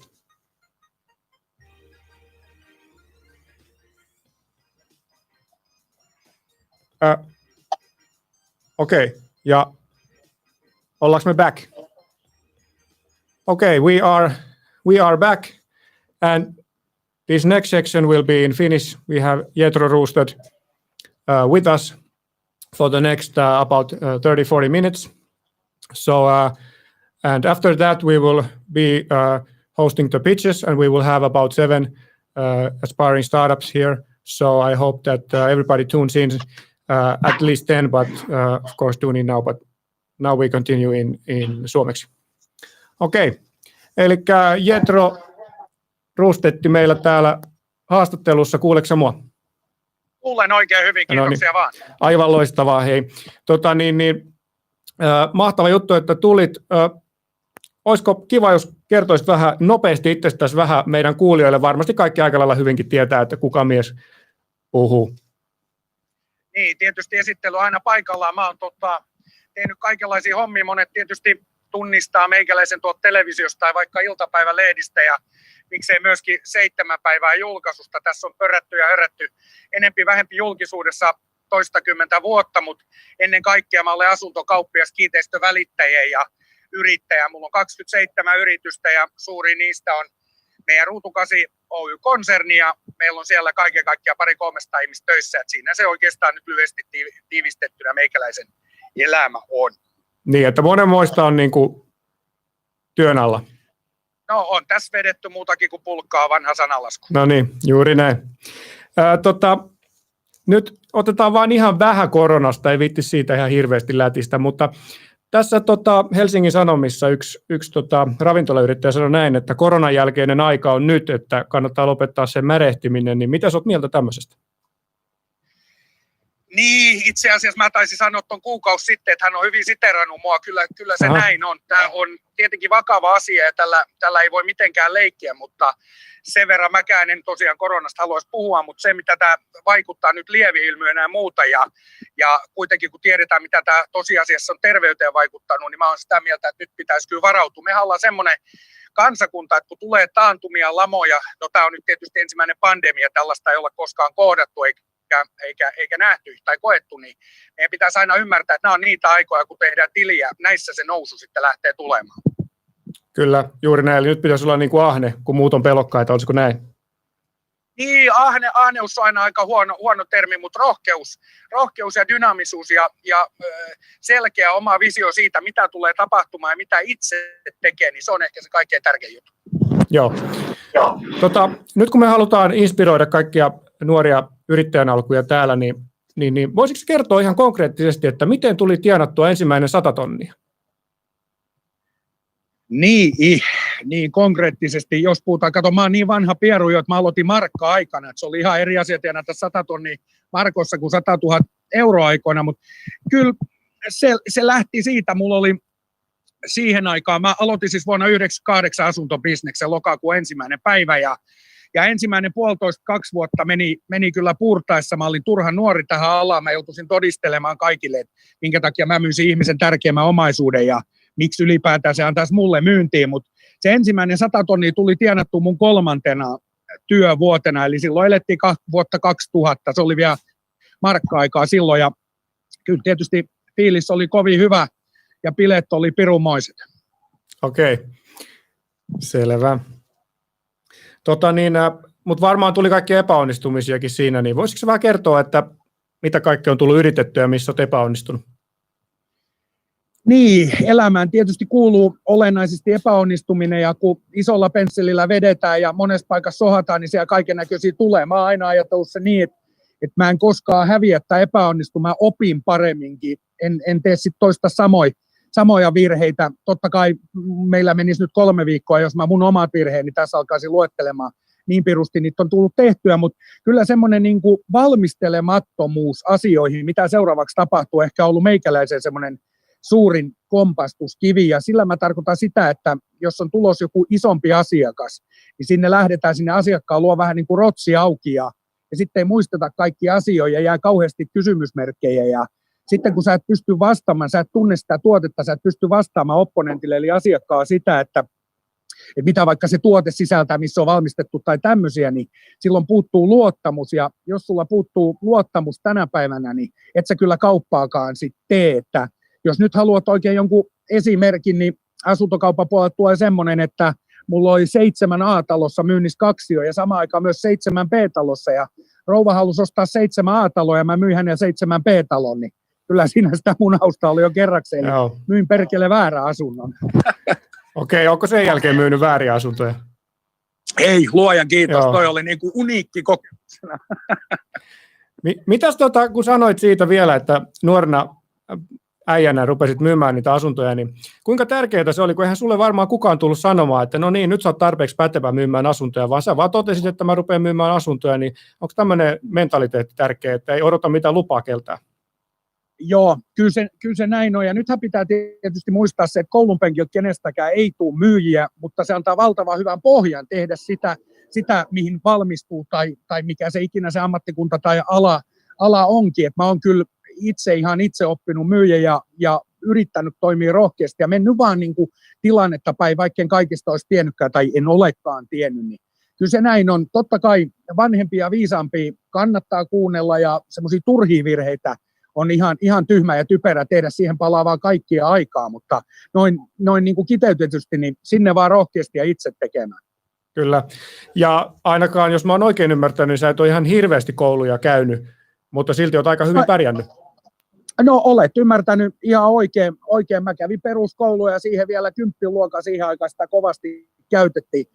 Ja nyt mulla tietysti on sitten MPA-tutkinto ja olen näitä meidän välittäjäalan, eli LKV:tä ja käräjäoikeuden määräämiä kaupavastejuttuja käynyt, mutta monta vuotta meni, kun veteli ihan fiilis pohjalta ja ihan hyvin sitä pärjää. Mun isäni aikoinaan sanoi, että jompaa kumpaa pitää pystyä tässä maailmassa tekemään, joko opiskelemaan tai pirusti töitä, niin mä oon ottanut kyllä tuon jälkimmäisen version. Okei. Olisiko joku välimalli olemassa siitä, että... No on kai sitä hybrideä, että nykyään on kovasti muotia, että opiskellaan samalla kun tehdään töitä ja ei muu sitä mitään vastaa, että varmaan ihan hyvä tapa sekin, se riippuu oikeastaan siitä kuormittamisesta. Tänä päivänä helposti kuormitetaan itseään liikaa ja sitten väkisin yritetään vääntää siihen kouluun tai työtä siinä ohessa, niin siinä pitää ainakin alkuvaiheessa ehdottomasti muistaa, että se vie kyllä resursseja tosi paljon. Joo. Onko sulla itse ollut sellaista kokemusta, että jos on ollut vähän niin kuin liian monta rautaa tulessa, että sitten oikein mistään ei ole tullut mitään, että olisiko ollut parempi vaan keskittyä 1-2 juttuun? No mä olen siitä onnellisessa ja kiitollisessa asemassa, että mulla ei ole koskaan näin käynyt, kun mä en ole koskaan halunnut erotella esimerkiksi vapaa-aikaa tai töitä. Mä olen aina niin kuin töissä ja vapaa-ajalla ihan yhtä paljon ja se ei ole käynyt niin kuin mulla henkisesti millään tavalla raskaaksi. Mutta kyllä mulla on ollut välillä tietysti semmoisia fiiliksiä, että tämänkin olisi voinut jättää tekemättä, mutta toisaalta mä olen semmoinen ihminen, kun mä oon johonkin ryhtynyt, mä teen se kyllä sitten loppuun saakka, meni syteen tai saveen. Mutta mä haluan kyllä varoittaa tässä kohtaa, kun siellä on langoilla nuoria yrittäjäalkuja, niin kannattaa funtsia sitä, että mihin rahkeet riittää ainakin tässä alkuvaiheessa, koska se on tosi kuormittavaa, että sä joudut tekemään töitä, sit sä joudut opiskelemaan koko ajan jotain uutta, niin sitä kannattaa vähän funtsia, mutta semmoinen, sanotaan, että alkuvaiheessa 8-10 tunnin työpäivä on ihan jees. Okei. Ja ei varmaan kauheasti kannata ottaa velkaa tai muuta. Se alkaa painaa. No. Painaako se sua? Sullakin varmaan joskus ollut velkaa. No kyllä mun sen verran paljon, että voi olla, että se painaa, jos mä ajattelisin sitä, niin nykyään se menee niin, että pankinjohtaja soittaa mulle päin aina, että onko kaikki oikein, onko mies hengissä, mutta mun täytyy myös semmoinen sanoa, että kyllä tänä päivänä ilman velkarahaa, niin bisneksen tekeminen ja rikastuminen ja vaurautuminen niin on äärettömän hankalaa. Et ennen vanhaa kiinteistövälityksessä oli vanhoja sanontoja, että sijainti, nykyään se taitaa olla toisten rahat.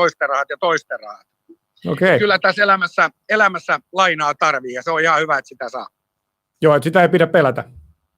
Ei missään tapauksessa, se pitää vaan laskea oikein, että se oma kantokyky riittää ja kantaa sen projekti, mihin sitä lainaa nyt ikinä sitten otetaankaan. Niin, joo. Meillä oli tässä kiinteistövälitysalalta tämä Blogin Rudi, niin onko Blog teille kova kilpailija? No, en mä tiedä kilpailija, kun aina kun toimii samalla alalla, niin tietysti jonkunnäköistä kilpailua varmaan on, mutta ei varsinaisesti. Mä olen niin pitkän linjan ja perinteisen välitystavan kannattaja, että varsinaisesti, että ei ole, mutta tietysti jokainen kohde, minkä he saa myydä, niin on pois tavallaan multa, niin siinä mielessä on. Kyllä. Jos sä mietit sun omia piirteitä ja muita, niin mitä asioita on ollut niin kuin tärkeimpiä sellaisia henkilökohtaisia ominaisuuksia siinä, että sä oot menestynyt niin hyvin kuin oot? Joo, ja ne on oikeastaan, tämä on itse asiassa tähän asti siis sun kaikkein järkevin ja tärkein kysymys. Kun tehdään myyntityötä tai kun lähdetään, että ollaan yrittäjä, niin pitää ymmärtää ihan alkuun sen, että vaikka sulla olisi kuinka hieno yritys, mikä tekee tuotetta tai palvelua tai myy jotain, miten tahansa, niin sillä ei ole mitään arvoa, ellei joku sitä tuotetta tai palvelua myy, jolloin täytyy ensisijaisesti keskittyä myyntiin aina. Tänä päivänä on vallollaan semmoinen, että perustellaan firmoja ja sitten ulkoistetaan myyntejä, ja kyllä kun katsoo isossa mittakaavassa, mitä kaikkea niistä on tullut, niin ne on aika pitkälti mennyt kaikki perseilleen. Et myynnissä 3 tärkeintä asiaa on ehdottomasti tuotetietous, on kaikkein tärkein, eli sun pitää tietää koko ajan, mitä sä myyt, mitä se pitää sisällään, pystyy jatkuvasti, niin kuin mä tuossa aluksi sanoin, vastaamaan asiakkaiden kysymyksiin tyhjentävästi, jolloin syntyy luottamus. Toiseksi tärkein on sympatia. Sun täytyy pystyä sympaattisesti tekemään sitä, koska kukaan ei halua olla ihmisen kanssa tekemisissä, joka ei ole sympaattinen. Sympaattinen antaa myöskin kauheasti vapauksia tehdä. Ja 3. on tarkkuus, eli ole koko ajan tarkka siitä kaikesta, mitä sä teet. Pidä asiakasrekisteriin huolella, ole yhteydessä asiakkaihin, tee ja tee. Ja ehkä sitten neljänneksi tärkeä näiden kolmen ulkopuolelta on se, että sun täytyy koko ajan tietää, mihin sun business tai mitä sä nyt sitten ikinä teetkään, menee seuraavan vuoden sisään. Sun pitää pystyä ennustamaan ainakin siihen asti ja ikään kuin olla edelläkävijänä myös sun kilpailijoihin nähden ja siihen nähden, että sun asiakkaat on jatkuvasti susta kiinnostuneet. Noin 4 asiaa tulee kyllä päällimmäisenä mieleen ja ne on itse asiassa kaikkein tärkeimmät. Okei, no tämähän oli hyvä. Hei, nyt kun olet tuommoinen kova myyntimies, niin jos tulee jotain lisää vielä niin kuin tuommoista hyvää myyntivinkkiä, niin kerro ihmeessä. Tulisiko vielä jotain mieleen? Toi on tärkeä juttu. Ja varmaan monia kiinnostaa vielä lisää. Kyllä, noin 4 tärkeintä on. Ja sitten mä oon aina tykännyt semmoisesta, niin kuin, vaikka mä olen itse niin kuin ekstrovertti ihminen ja heittäydyn ja menee joka paikka, mutta semmoinen pieni suunnitelmaisuus on kyllä ihan järkevää.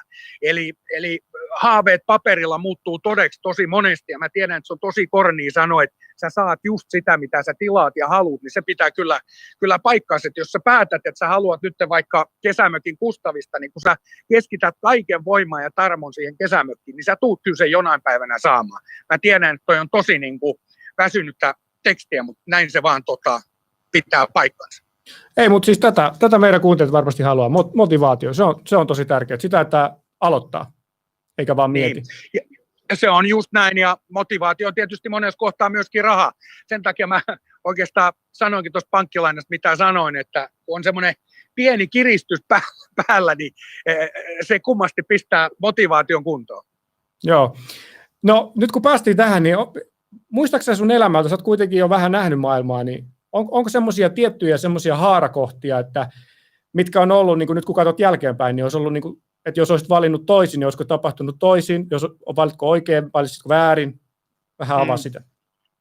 No, jossittelu on mun mielestä turhaa, sitä olisi voinut tehdä niin miljardia eri asiaa toisin, mutta se, mitä mä haluan nuorille ihmisille ja yrittäjäalueille nimenomaan korostaa, niin Suomessa, eikä itse asiassa maailmallakaan, niin yksin ei oikeastaan bisnestä pysty tekemään. Suhteilla on aivan helvetimoinen merkitys. Kenet sä tunnet, sun pitää koko ajan päästä itseäsi kovemmalle tasolle. Sitä kautta sä saat uusia bisneskumppaneja, uusia näköaloja siihen bisnekseen ja tekemiseen. Verkostoituminen on ehkä väsyneeksi saakkakin kulutettu juttu, mutta ei se ihan paskapuhetta ole. Mutta pitää myös ymmärtää, mitä verkostoituminen on. Se ei ole sitä, että mennään vaihtamaan käyntikortit ja sen jälkeen kukaan ei soita eikä lähetä sähköposteja yhtään mihinkään, vaan verkostoituminen tarkoittaa sitä, että tutustutaan uusiin ihmisiin ja ollaan aktiivisia niiden uusien ihmisten kanssa, jotta niistä saa revittyä kaiken hyödyn irti. Hieno homma. Hei, nyt kun vähän päästä koskettaa tätä verkostoitumista ja pikkusen jo kerroitkin, miten sä verkostoidut, mutta pistä nyt samanlainen tuommoinen 3 kohdan, että näin verkostoidutaan Jetro-tyyliin, niin pistä vielä semmoinen. No joo, tietenkin nyt pitää muistaa, että näin kaikki nyt varmaan kaikille sovi, mutta kun mä lähdin siitä ajatuksesta, että myyjän pitää olla edes aavistuksen verran sosiaalinen. Ja sosiaalisuus tarkoittaa tässä tapauksessa sitä, että menee rohkeasti puhumaan myös tuntemattomien ihmisten kanssa. Erittäin hyviä kanavia on esimerkiksi Nuorkauppakamari, Siellä on paljon samanhenkistä nuorta tyyppiä eteenpäin haluavaa, dynaamista liikkuvaa porukkaa. Sinne ehdottomasti mukaan. Sitten jos on jo yritys, niin Suomen yrittäjät on tietysti hyvä paikka, myöskin Suomen veronmaksajat. Siellä on paljon semmoista saman henkistä porukkaa. Sitten verkostoituminen on tietysti ihan kavereiden kautta. Kun sä tunnet 10 ihmistä, niin sun saattaa olla kontaktit niidenkin takaa olevaan 10 ihmiseen. Niin siitä vaan, jos tulee jokukin mielenkiintoinen, voisi soittaa ja kertoa, että hei, mulla on tämmöinen idea, mitä mieltä oot, tai hei, mulla on tämmöinen firma olemassa jo, että pystytäänkö tekemään jotain yhteisbisnestä, niin se sitä parasta verkostoitumista oikeastaan on. Kyllä. Onko sulla paljon kavereita, jotka on ollut hyvin menestyneitä? No, ei mulla aikoinaan, kun mä aloitin, niitä piti jostain metsästää, mutta nykyään kyllä niitä muutama tuhat tuossa pyörii, jotka on menestynyt enempi tai vähempi hyvin. Joo, all right. Sä vastaat näihin kysymyksiin todella nopeasti, että mullahan loppuu tässä nämä kyssärit ihan kokonaan, mutta ei se mitään, hei, tää on todella arvokasta settiä.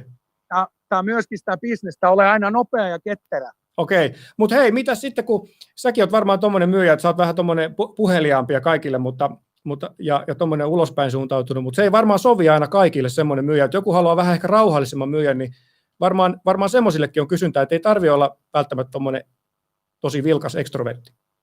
Se on ehdottomasti näin, ja sen takia mä sanoinkin toiseksi tärkeimmäksi kohdaksi myynnissä ton sympaattisuuden. Joo. Eihän kysymys ole siitä, puhutko sä nopeasti vai hitaasti, vaan siitä, että mitä sä puhut. Saatko sä sen sympaattisuuden leimaa, että ihminen tykkää se opponentti, joka ei välttämättä itse ole puhelias tai on vielä puheliaampi, niin siitä on kysymys nimenomaan sympaattisuudessa, kun mä sen mainitsin. Okei. Hei, mä nyt vielä palaan sinne nuoruusvuosiin, koska siihen pystyy moni varmasti samaistumaan, niin löytyykö sieltä jotain sellaista bisnestä, mikä meni mönkään tai mikä olisi voinut lähteä, mutta jätettiin, tai kerro nyt vähän joku hyvä juttu. Kyllä sieltä kuule löytyy. Mulla tuli semmoinen idea, kun mä olin ihan persauki ja jostain piti rahaa saada, ja siihen aikaan tuli tämmöisiä valtavia katalogeja tuolta Kiinasta kotiin lähetetty, tai siis joku suomalainen maahantuoja tietysti niin puski tänne Suomen markkinoille, ja se oli semmoinen valtava opus, tommoinen raamatun paksunen, ja se kilahti mun postilaatikosta, ja mä innostuin sit sitä selaamaan, ja voi että siellä oli siis ihan mitä tahansa tuotetta maa ja taivaan väliltä, ja uskokaa tai älkää, niin mä näin siellä vyölaukun. Ja siinä vyölaukuspessussa oli ensinnäkin neonvärinen, mikä siihen aikaan, no teitä ei ehkä tämän hetken nuoret neonvärit paljon kiinnostaa, mutta meitä vanhoja pieruja ne kovasti silloin kiinnosti, niin oli neonvärinen vyölaukku, mihin molemmille puolille tätä laukkua sai myöskin bissepullo, ja se piti sen kylmänä. No, tämä oli meikäläisen semmoinen saatana sensaatio jo nähdä, että mä näin niin kuin dollarin kuvat ja markkojen kuvat silmissäni, ja tilasin niitä 550 kappaletta, ja ne maksoi 8 markkaa 30 pennin kappale, plus siinä oli joku rahti, taisi olla 100 markkaa tai jotain sellaista. Sen jälkeen mulla oli muutamasta vyölaukkua ja alkoi myyntiä. Mä olin ehkä aikaani edellä tai sitten helvetisti aikaani perässä, mutta mä sain menemään niitä tasan 2 vyölaukkua, ja ne oli 11 vuotta mun varastossa ne vyölaukut, ennen kuin mä raskin heittää ne hevon helvettiin. Okei, selvä. Tuleeko mitään muita mieleen? Toi oli niin hyvä. No en mä tiedä, tuleeko muita mieleen. Mä olen myynyt kaikenlaista. Munhan myyntiura alkoi, monesti on sanottu, että se alkoi meikeissä, mutta kyllä faktaa on se, että mun myyntiura alkoi silloin, kun mä olin nuori poika, niin mä harrastin partioa, ja jo silloin lapsoset pakotettiin myymään noita adventtikalentereja, ja jo silloin ne oli jumalattoman kalliita, kun siinä on idea tietysti, että ne myydään lähimmin sukulaisille, ystäville ja tuttaville ja näin poispäin, ja niin mä niitä lähdin sitten ovelta ovelle myymään, ja se on ollut ehkä mun kovin koetinkivi ja paras oppi, mitä mulla on koskaan ollut, ja mä olin silloin vasta 14-13-vuotias. Okei, joo. No mitäs onko sä sijoitellut yhtään startuppeihin, kasvaviin yrityksiin? Tuleeko sulle paljon kyselyitä? Mä olen suurin piirtein 10 startupissa mukana. Joo. Voitko avata hieman, mihin sä?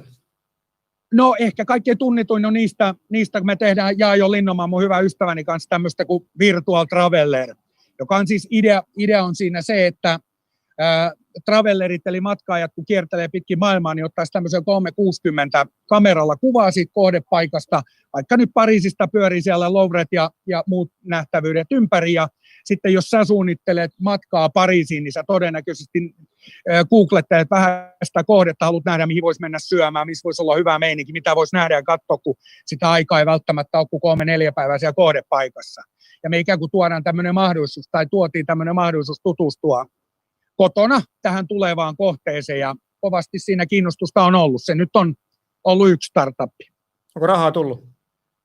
Onko ollut kysyntää? No ei siitä, sanotaan, että kyllä nyt on vielä menosuunta on kova.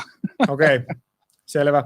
No hei, kato, jos näitä tulee aina välillä näitä uusia yrityksiä, haluaa ehkä rahaa, mentorointia, jotain muuta, niin mitä asioita sä katsot niissä yrityksissä, että mitkä herättää sun mielenkiinnon, mitä asioita sä odotat sieltä? No ensinnäkin mä keskityn nykyään aina valuaatioon. Jostain kumman syystä meidän tämän päivän nuoret, ja hyvä on, että keksivät näitä startuppeja, niin ne valuaatiot lyödään niin helvetin korkeaksi. Puhutaan 10 miljoonista ja joku on tehnyt yhden PowerPointin ja piirtänyt jonkun perkeleen kissan kuvaan tyhjä A4-paperiin ja sitten ajatellaan, että tämä on 100 miljoonan business. Ja näinhän se ei ole. Mä lähden siitä, että kun mun kanssa lähdetään tekemään business, niin ollaan hyvin realistia, hyvin nöyriä, mitä tulemaan pitää, jos on tulemaan mitään.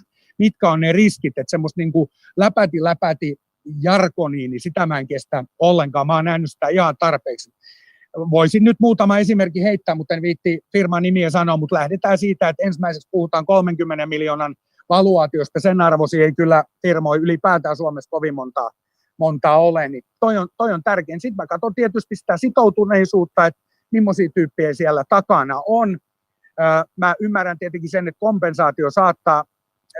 kompetenssi saattaa puuttua, että ei ehkä ymmärretä ja osata vielä, kun ollaan nuori, mutta ollaan menossa eteenpäin ja harjoitellaan kuitenkin.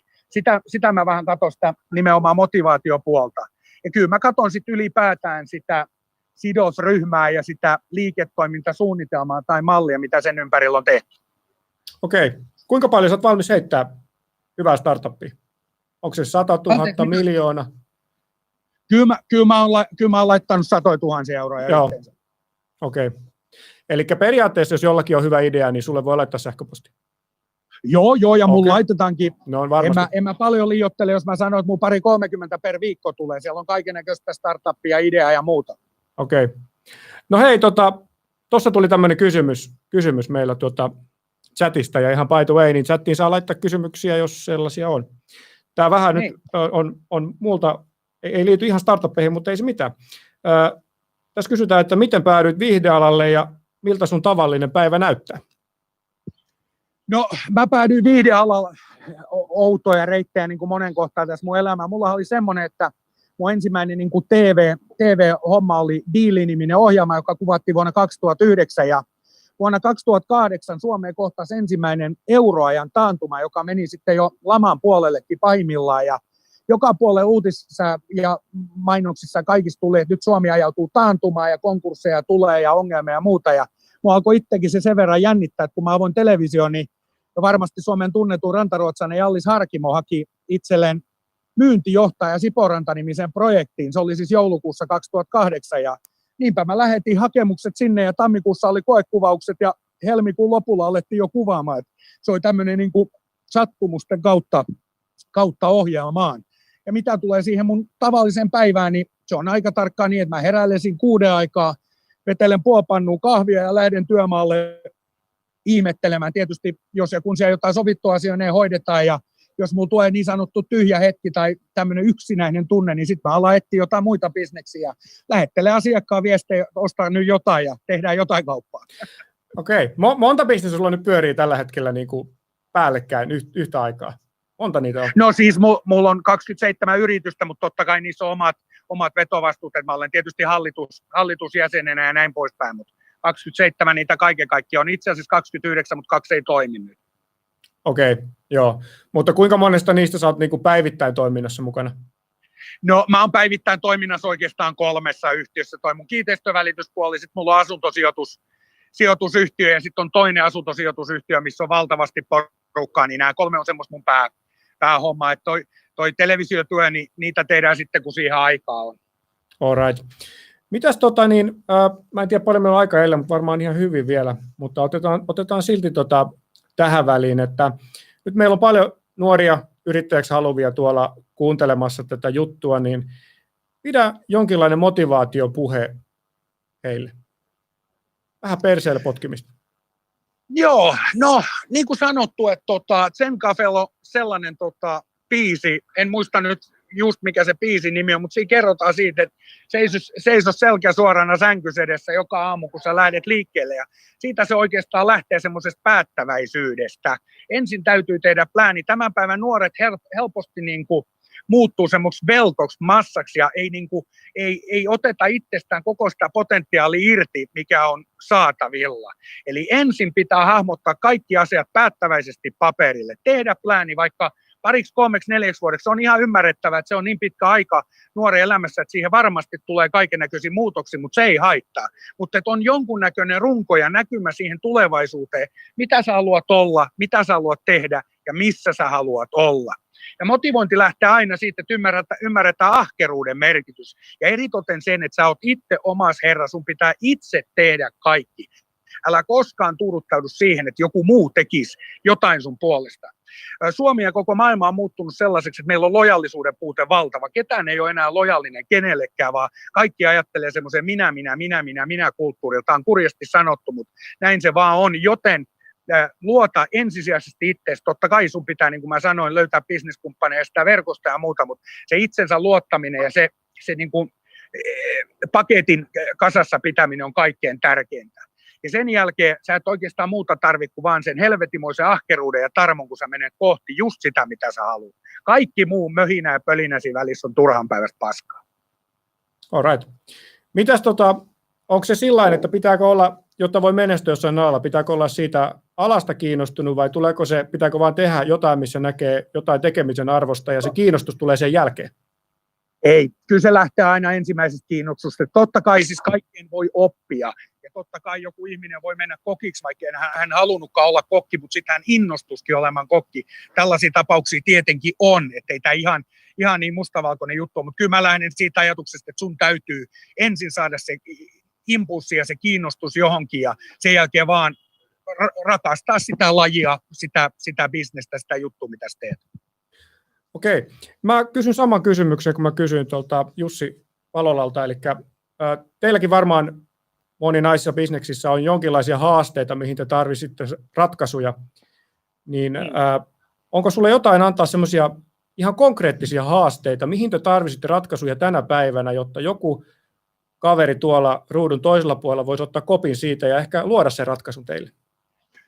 Joo, totta kai meillä on haasteita vaikka kuinka paljon. Tietysti jos puhutaan kiinteistöalasta, niin meillä on tämmöiset energiahaasteet on valtavat tällä hetkellä. Ne on itse asiassa ihan päällimmäisiä ja tärkeimpiä. Eli millä pystytään säästämään energiaa 70-80-luvun taloissa, millä pystytään saamaan kulutukset pienemmäksi, ylipäätään säästöä joka puolelta. Ja siihen liittyy tietysti konkreettisesti LVIS-saneeraukset, millä tavalla pystyttäisiin tekemään vaikka putkiremontti helpommin, nopeammin, halvemmalla, sähkösaneeraukset. Hissejä tulee tällä hetkellä jo 3-4-kerroksisiin taloihin, eli kaikkien tämmöisen niin sanottuun talotekniikkaan liittyviä juttuja. Ja sitten jos katsotaan ylipäätään tätä vihreätä arvoa, e-arvoa, mikä on tietysti tosi tärkeä tällä hetkellä ja siihen on kiinnitetty paljon huomioon, niin sen kaltaisen bisnekseksi muuttaminen olisi niin kuin tosi mielenkiintoista juttua. Ja nimenomaan näitä kiinteistöjä silmällä pitäen. Se nyt on oikeastaan päällimmäisenä, mihin mä kehottaisin nuoria kääntämään katsensa ja jos haluaa siis kiinteistöbisnesalalle. Ja kyllähän tietysti toinen on tämä vanhusbisnes kaikkea, mikä helpottaa senioreja. Meillähän Suomi ja koko maailma vanhenee valtavaa vauhtia ja siellä tulee olla ihan järjettömät bisnekset oikeastaan koko sektorilla, niin siihen niin uusia innovaatioita ja asioita helpottavia juttuja, niin avot siinä sitä ollaan ja bisnes on valmis. All right. Nämä oli hyviä, kiitos, nämä oli konkreettisia. Kiitos. Okei. Mä itse asiassa luulen, että tuossa tuli kysymys, mutta ei tullutkaan. Mitäs sä oot julkisuuden henkilö, onko siitä ollut joskus haittaa bisneksien suhteen? No, haittaa. Julkisuus koetaan vähän turha suurena asiana Suomessa. Suomi on niin pieni käpykylä, ettei tämä varsinaisesti mitään julkisuutta olekaan.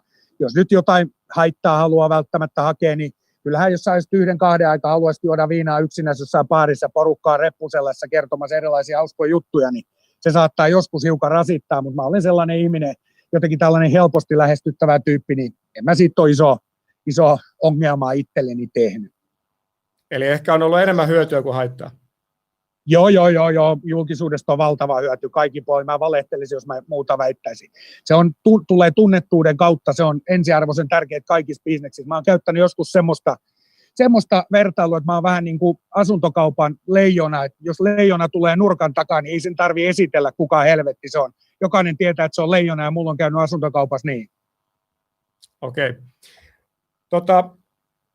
No korona on ollut tietysti, ei puhuta siitä sen enempää, se on ollut haaste varmasti monille sunkin bisneksille, mutta onko se saanut sut ajattelemaan ehkä riskienhallintaa jotenkin eri lailla, tai sitä, että pitää olla varautunut vähän niin kuin oikeastaan kaikkeen?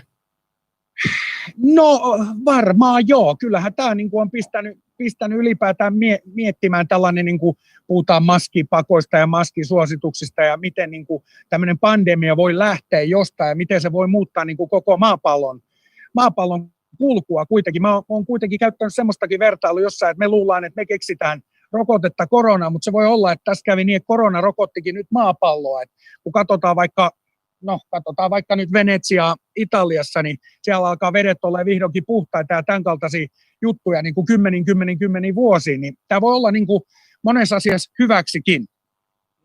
Kyllä. Meillä tuli tämmöinen kysymys tuolta netistä, ja tämä liittyy ihan sijoitusasunnon hankkimiseen, eli millaisia sijoitusasuntoja kannattaa sun mielestä hommata ja mistä kaupungista tällä hetkellä? No kaupungit voidaan käydä nyt heti läpi, ne on aika helpot. Parhaimmat kaupungit sijoittamisella tällä hetkellä on Turku, Jyväskylä, no Lahtikin. Lahdessa on nyt pikkasen hienompaa hiihtokenkä, mutta se sieltä kyllä nousee, mutta mä ottaisin silti Lahden siihen. Rovaniemi, tämmöiset perinteiset yliopistokaupungit. Helsinki valitettavasti on kohteena jo aivan liian kallis, että sieltä ei oikein tahdo mitään saada. Ne on niin kuin paikkana hyvät ja sitten tietysti minkälaista portfolio tai salkkua itselleen hakee. Mä olen itse pelannut 70-, 80-, 90-luvun asunnoilla. Jotkut pelaa ihan tuliterillä, ne säännöt pikkasen siitä muuttuu ja ne lainalaisuudet, mutta mun mielestä niin kun, jos me katsotaan historiaa kautta aikaan vaikka 100 vuotta taaksepäin, niin ainut bisnes, mikä on menestynyt, on nimenomaan sijoittaminen seiniin. Ne, ketkä on sen tajunnut tehdä, ne on pärjännyt aina. Sitten kun on ollut kaikennäköisiä pörssi-pekkoja, niin kyllä niillä kylmät on melkein suurimman osa ennemmin tai myöhemmin käynyt, niin sen takia mä kannustan kyllä sijoittamaan asuntobisnekseen. Niin, että sä et hirveästi pörssiin sijoittele vai? En sijoittele, kyllä mun jotain, mutta nekin on kaikki päin helvettiä. Justiin. No ei se sitten varmaan jo kannata. Heitä joku kaupunki vielä, heitä jokeri. Mikä olisi jokerikaupunki vielä? No jokerikaupunki on Rauma. Okay. Rauma ehdottomasti. Rauman neliöhinnat on vähintään kohtuulliset ja Raumallehan tulos isoin, esimerkiksi metsä satsaa sinne 250 miljoonaa ja muuta, niin Rauma on erittäin mielenkiintoinen paikka. Uusi kaupunki on ollut jo pitkään mielenkiintoinen, nyt tietysti tämän korona-ansiosta se on pikkasen suvantovaiheessa, mutta uusi kaupunki on myös ehdottomasti jokeri. Okei, mitäs Lappi? Aika moni on mennyt Lappiin viettämään aikaa ainakin hetkeksi. Lappi valitettavasti ei pois lukien Rovaniemi. Rovaniemi on hyvä sijoituskohde, mutta Lappi niin kuin muuten niin se ei sovi sijoitukseen. Siellähän saa 25 000 10 rivitalohuoneistoa, mutta kun ei niihin saa vuokralaisia, niin ei siihen paljon mitään hyötyä ole. Okei, mitäs Tallinna? Tallinna sama juttu, niin kauan kuin tätä koronaa tässä kattaa. Nythän on semmoinen tilanne, että Tallinnahan on käytännössä katsoen poikki. Noin 60-65% esimerkiksi vanhan kaupungin ravintoloista ja yrityksistä on jo konkurssissa. Et siellä hinnat laskee nyt tällä hetkellä. Ehkä jos ne vielä tuosta jonkun verran laskee, niin siinä voi olla jotain järkeä, mutta siinä on semmoinen pieni ongelma, että esimerkiksi suomalaiset pankit ei sinne lainota. Ja paikalliset pankit, niin sieltä on hyvin hankala suomalaisen saada lainaa, ellei saa vähintään se e-kansalainen tai miksi sitä kutsutaan. Okei, selvä.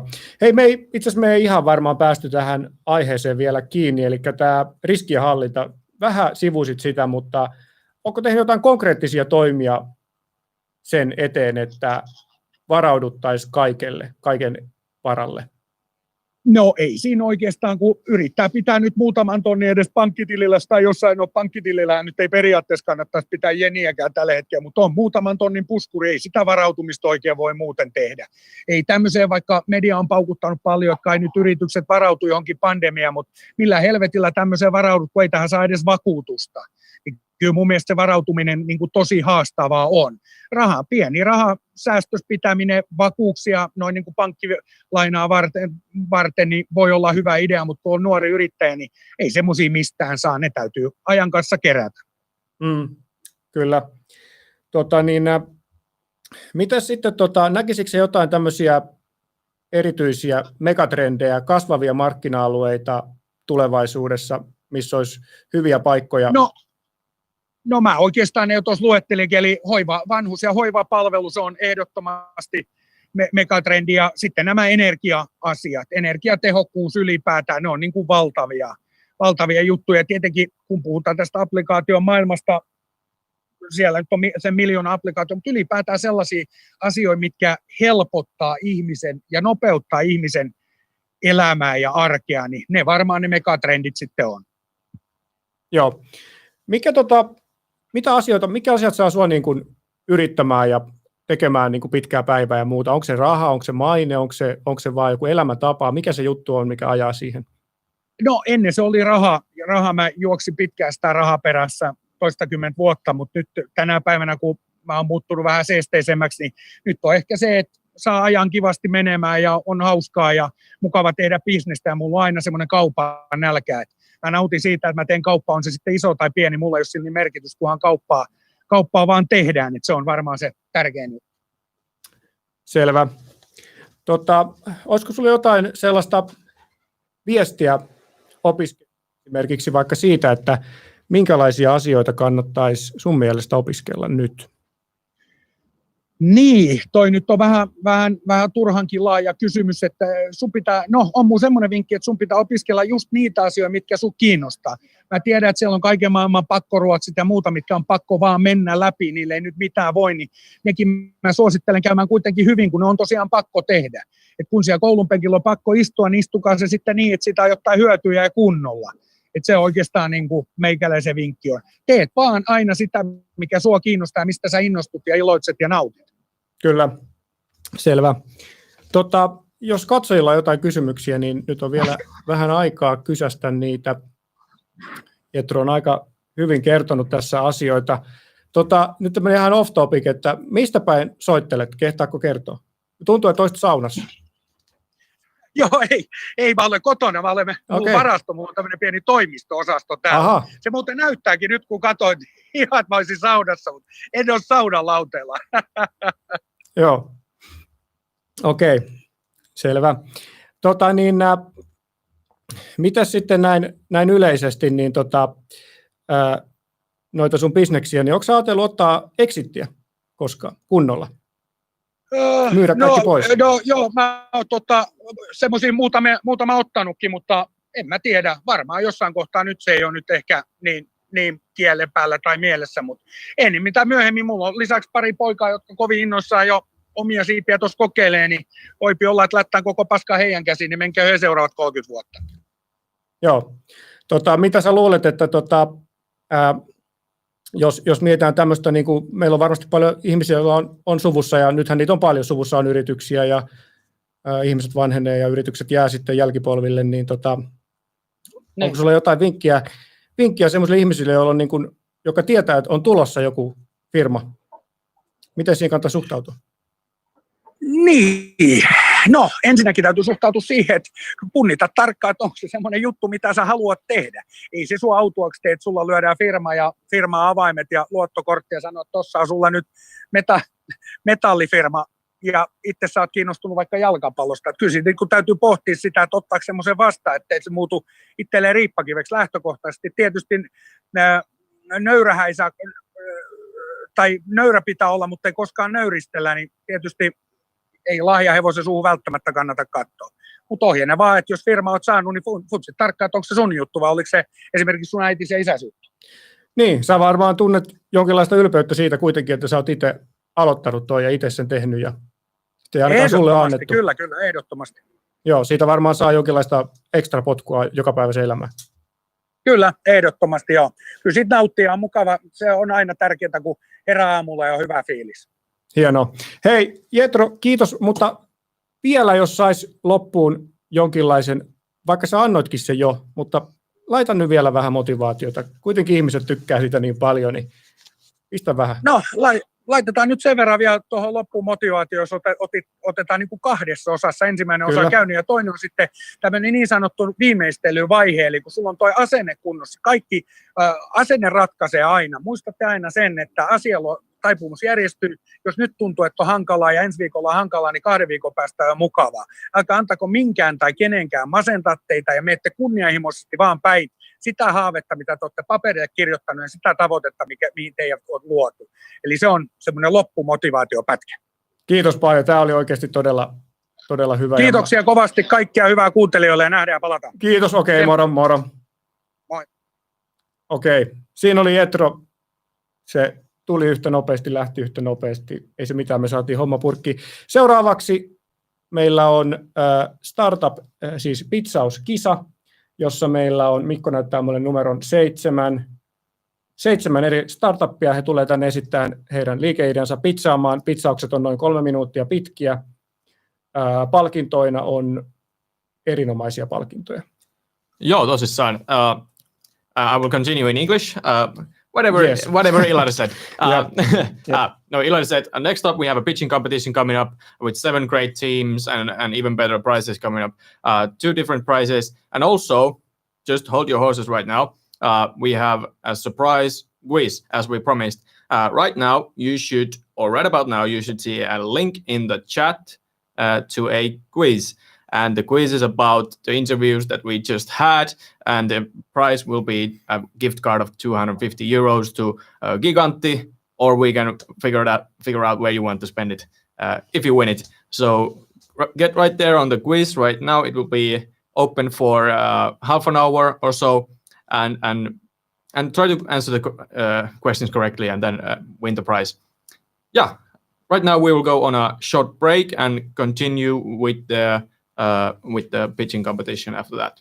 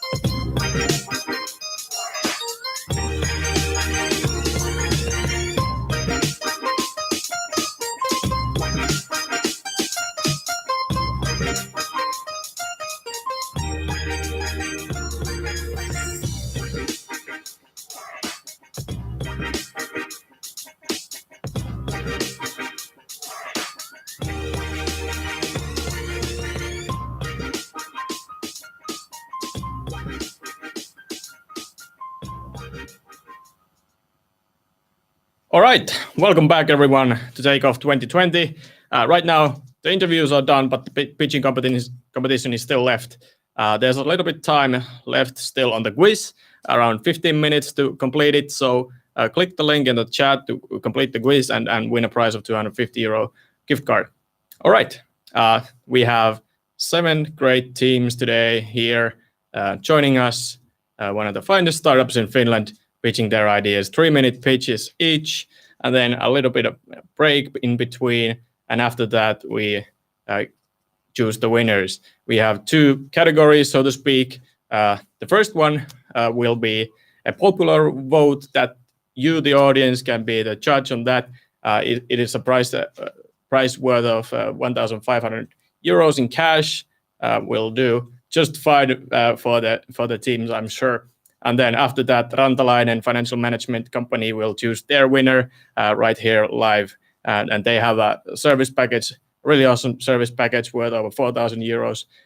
So stay tuned for that. There's a gift card in that price included as well. And as a bonus, we also have from Etelä-Karjala Liitto, Dingma, presenting their favorite and giving out t-shirts to their favorite team. So a lot of stuff coming up, but without further ado, I think we can start off with the first startup. We have Sergey here with the company called Hedgie. Welcome. Thank you, Mikko. Are the slides on? All right, we're all set. Hope you're all having a great day.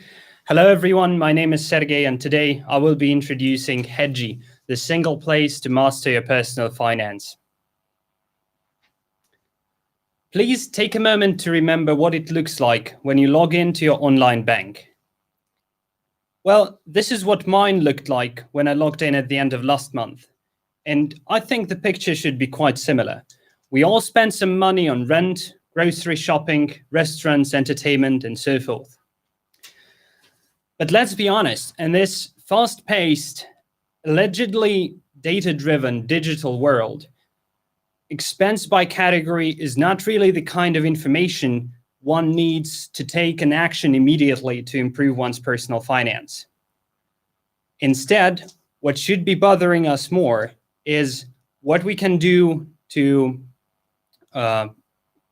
spend less on the grocery, whether we actually use all of the subscription that we pay for automatically. On the income side of the things, whether we are paid fairly or not. At the end of the day, is it good or bad that I spent €400 on grocery last month? These are the exact questions that we decided to include in the first version of Hedgie, web and mobile solution that will help you visualize, compare, and improve your personal finance. Now, at this point, you might think that this is just another personal finance app, that there are so many of them out there in the market. And we agree to that. There is a lot of great stuff on this market right now. I would like to draw 3 major points that make up the whole difference here. First, we do not need to know who you are. There is no need to register to use the solution. You can start using it within 40 seconds to analyze the finance on a professional analytics level. Second, we don't just provide visibility to the finance, but also generate peer benchmarks that allow you to see the comparison of your expense to the peer group.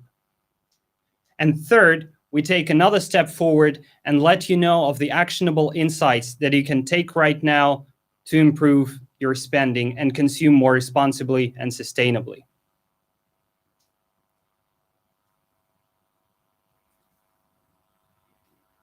Two slides forward, please. I think we are lagged behind a bit. We have been working on this initiative in an international team of 3 over the past 6 weeks. And within that short period of time, please click again. To move forward from here, we need feedback from you, mentorship, strategic partnership with players in open banking API space, and seed funding to cover initial costs of licensing and servers. Please reach out. We will be happy to discuss it with you. Thank you, and have a great day.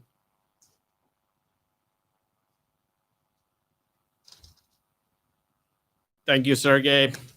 Right now, a short break, and the next pitch is coming right up in about a minute.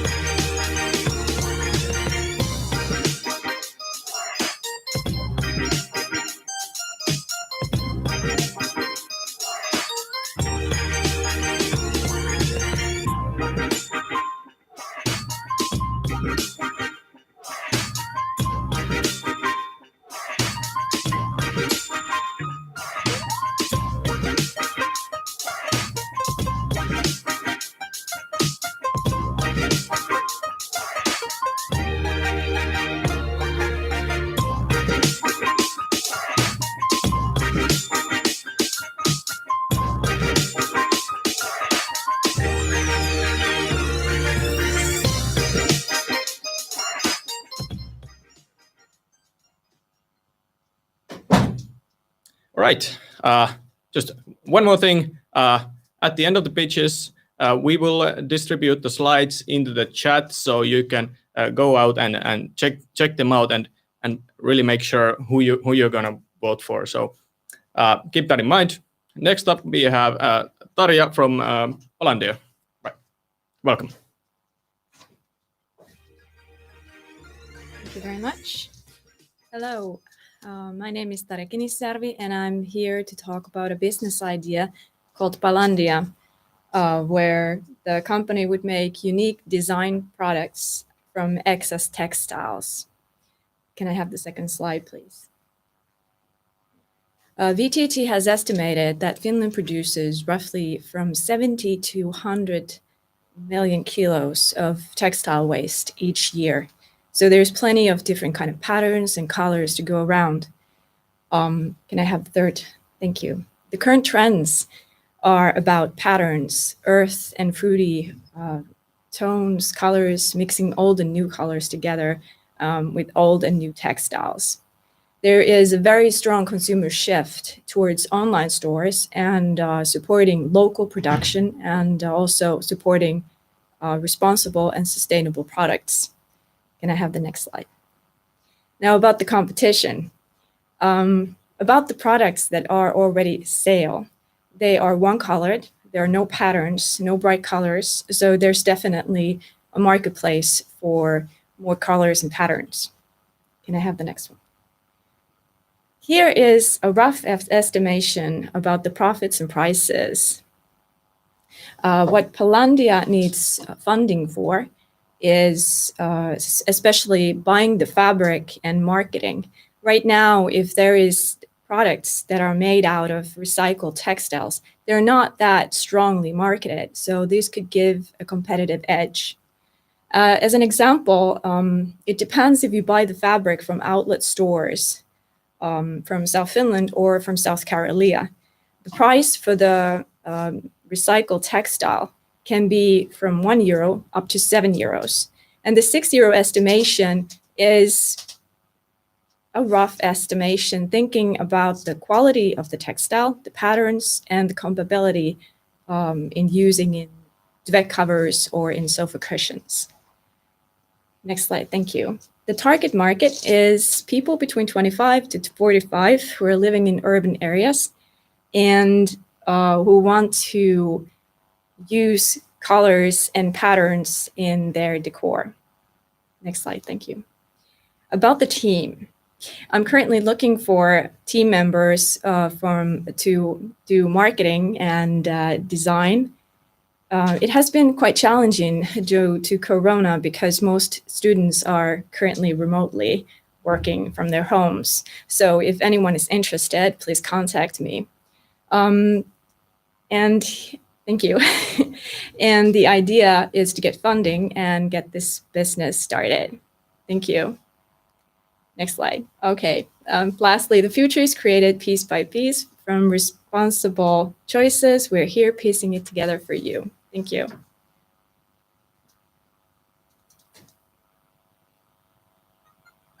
Okay, thank you, Tarja. Just one thing to add to the voting popular vote is that the teams are in order in the polling. So just if you don't remember the name, you can just remember the order. Okay.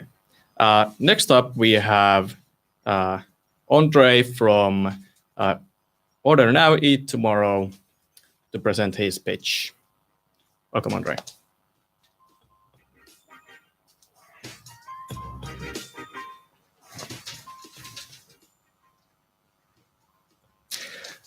Beautiful number, isn't it? Did you know that 1/3 of the restaurants will close their doors for good? Did you know that 1/3 is about the price cut from the final price of the meal, which restaurant is writing off on the account of online delivery company? Do you know that only 33.3% of the drivers for online delivery services are getting enough money to get by? Do you have any idea that only 1/3 of all now it come again. Do you know that actually 1/3 of deaths in developed world is caused by poor nutrition? And last but not least, 1/3 of all workers who are on home office right now won't come back to the corporate. So my name is Andre. I have a long history of entrepreneurship as a sound designer, as an e-commerce guy, as a marketer. About half a year, I am selling face masks. So I hope I got your attention now. Our business is not even a baby. It is a little embryo. And I have some team members or aspiring team members, but what I really need is a programmer, and I will tell you why. This is what you do. You order, you eat, and you repeat it. And usually, what food comes to you? Food which is done under 5 minutes, and it's not really healthy to eat like this every day. That's why I would like that you do order now, eat tomorrow, and you will follow that. I will tell you a story. When I was a small boy in basic school, we had these simple magnetic cards which we swiped after we were going back from the canteen. And what they did, we had 3 options, and we knew which food we will get next day. The chefs, they knew what ingredients they need to order and how many portion they need to prepare. So this is the core idea, and the point is to make customer get used to it and keep him in the loop. This competitive advantage of this idea will be that you will get ultimately fresh food. It will be gathered locally, the ingredients is. The food will be healthy. The whole process will be sustainable. It will be delivered to you by a reasonable price and with almost zero waste. And you will get it wherever you want. The magic is there between suppliers, the delivery, and the kitchen. From the solution, from the viewpoint of consumer, will be smart ordering delivery service, basically a website or web store, if you like. And from point of business eyes, it will be kitchen network management and sales platform with a twist. This software as a service platform, as you can see, each of the units will have just the information they need, and consumers see only the menu, which will be changed daily. There is a missing piece of the puzzle which connects all these units, but I cannot disclose it to you right now. Our customers, the main customers will be suppliers, kitchens, restaurants. Another big group will be organization companies and service houses, with the notion that each of their member or worker or client can still order the food which he likes. And another big target group is singles, single parent, busy families, people who doesn't have time to cook, pensioners. The obtainable market in Finland is about 200 million euros, and I need about 330,000 euros for start this basic model where I can prove my idea works. Of course, reinventing the business model and changing customer behavior, it's not easy, but we will be all the time in control of the money stream. We will be giving chance to even smallest restaurant, and it's scalable. So it means that this idea doesn't collide with restaurant theme or topic, and restaurant can decide freely how much engagement they want to apply. Yes, the 33.3%. In 2033, this is my goal, that in America and Europe, this part of the food ordered online will be through our platform. Thank you. Thank you very much, Andre. And that was the pitches that are physically here. And next up, we have those joining remotely. So give us 2 minutes to set things up, and we'll be right back.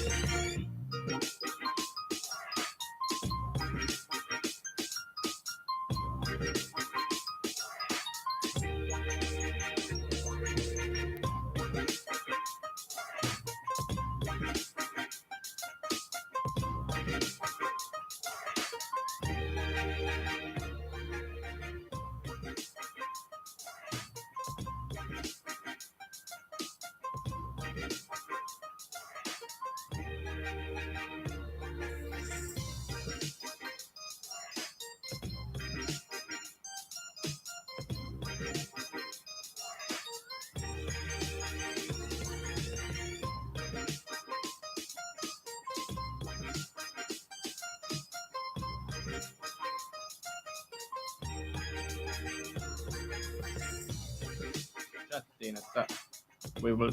Me aloitan kohta. Entä menee vaan takas?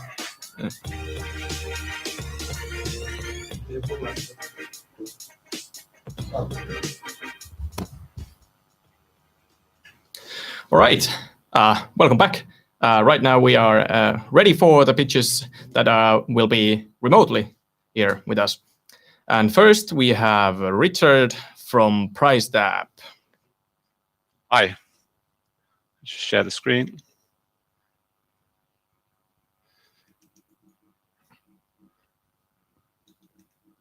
Hang on a second. I thought I was already running, but I'm running back. Okay, hi. Yeah, let's start now. Yeah, I thought, sorry. So welcome to PriceTap. I'm Richard, the founder and CEO, and we're all about bringing e-commerce benefits to in-store retail. Now,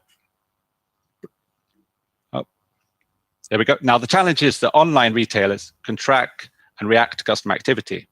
However, physical stores can only watch as customers come in, look at items, and then walk out without any way to follow up. So this means sales opportunities are getting lost every day. We solve this by enabling shoppers to instantly see product information, access hidden discounts, and add items to wish lists. Now, this scanning and wish list activity generates purchase intent data that the retailers can then use to guide their discounting needs, and the shoppers will be automatically notified when new offers appear on their wishlisted items. This is more profitable because it enables dynamic pricing through this discrete customer channel, and it's better for the brand image because the sales are done discreetly out of the public eye, and it's less wasteful because improved inventory turnover management reduces end-of-season dead stock. And because campaigns can be done in a few clicks, it reduces the cost of managing sales. The distinction between online and offline shopping is blurring all the time, and we see it heading towards a future where it's pretty much shopping anywhere, anytime. And in this regard, we've already implemented the upcoming Apple app clips, which will enable shoppers to engage with items even without having the app already on their phone, which is pretty exciting. Simple business model, 5% of facilitated transactions with a minimal monthly service fee to ensure initial retailer commitment. In regards to competition, in many ways, it's actually traditional seasonal sales practices, but from an industry point of view, it's couponing. But the main difference between them and us is that we concurrently know the shopper's desires so that the retailers can give assuredly relevant offers. We're starting with upmarket fashion, household design, but in the future, anything could be framed as a purchasable desire could be facilitated, e.g. event tickets. Now, we all know fashion is a massive industry, but just give you an idea of that, if you just took 2% of discounted European apparel sales, you would already have a potential income of well over 100 billion euros. The main way we're distributing is through the retailers using their brand trust to reach out to their customers, and they explain through their usual channels the benefits of working with PriceTap. We have 3 ongoing pilots in Helsinki. It's early days, but we facilitated 5K euros of sales, so that shows a significant amount of trust. And the main learning we've got so far is we need to bring forward the automated discounting to reduce the workload on the sales managers. And of course, we have a great team full of very highly competent people, and we're looking for another committed coder. Great. Thank you very much. It's been a pleasure to have this opportunity. Thank you very much, Richard. All right, is Abhishek there in the lines with us today? So you would be there. Yes. All right. Yes, Okay, we can hear you. Okay, you have 3 minutes and it's yours. Let's go. Yeah. Just you see my screen? Just a second. Okay. Now there is a screen. Hello. Okay. Okay, just a second. Yeah.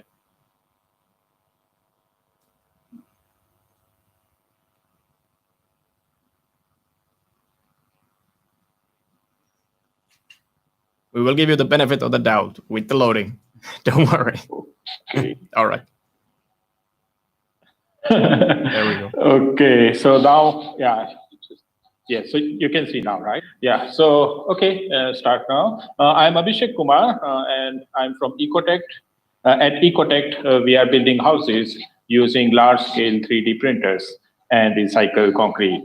So the problem is, by 2030, according to United Habitat, 3 billion people of the world will need adequate housing. And even in Europe, young population are already living in overcrowded dwellings, which is like 1/4 of the population. And another big problem of housing is it's having a negative impact on the environment. So 23% of the emission, it's responsible, and it's also responsible for 40% water pollution and 50% of the total landfill waste. So yes, the housing is expensive and it's very polluting to build a house today. So what we have done is we have introduced automation into the housing industry. So basically what we do is we use large-scale robots, and we have developed our own concrete. And with this, we print the house. And by doing so, we can reduce up to 33% of the cost of manufacturing. 8% we can reduce the labor requirement. And it's, of course, from recycled material, and it generates around 10 times less waste. So the result is our customer get a house which is 36% faster installation time. Also, they are tailor-made to suit their lifestyle. These houses are generally 3 times stronger than brick walls, and they are certified and approved. And they are also energy efficient. When we speak about the market, it's huge.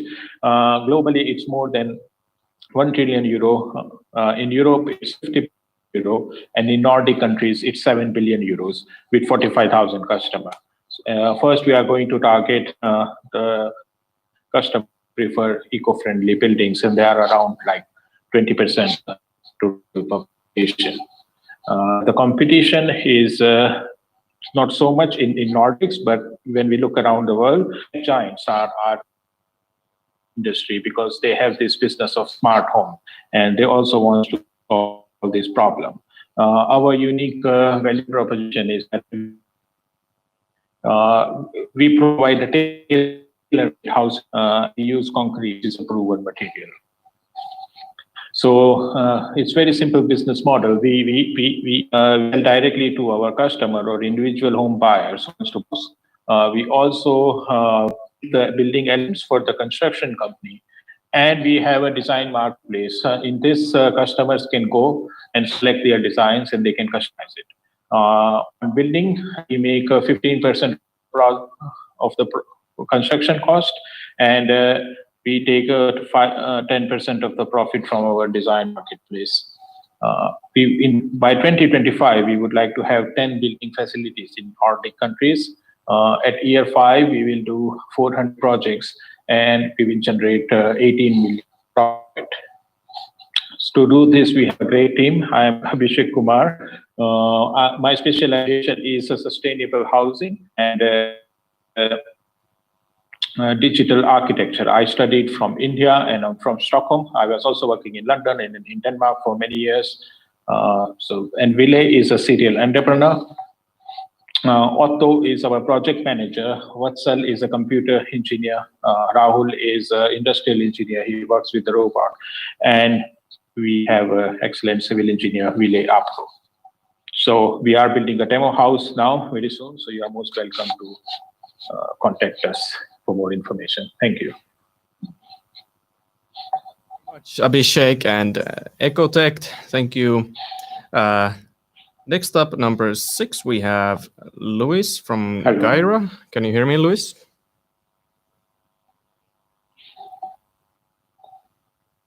Is Luis there on the line? Can you hear me? Hi. Hello. Hello. Can you hear me? Hello. Is Luis there?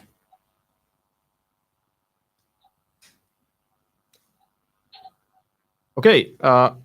Let's have a little break. Apparently, Luis isn't here right now.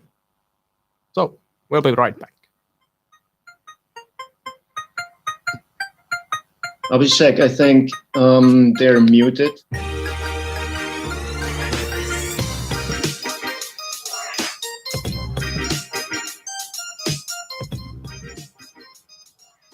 All right, back in action. That didn't Thank you, take sir. that long. Okay. Okay, I Luis, think, can you hear me right now? The job is done. That's good. Nice. Thank you. Yeah, I heard it as well, so no worries. All Yeah, it's a right. bit strange when you start. Yeah, it's strange. You don't know whom you are speaking and who are there, and so yeah, it's really strange. Okay. But okay, thank you guys. Thank you. So everyone else, can you please mute yourselves? Right now we are live. So Luis, I will give you the floor right now. Still doesn't? Luis, can you hear me?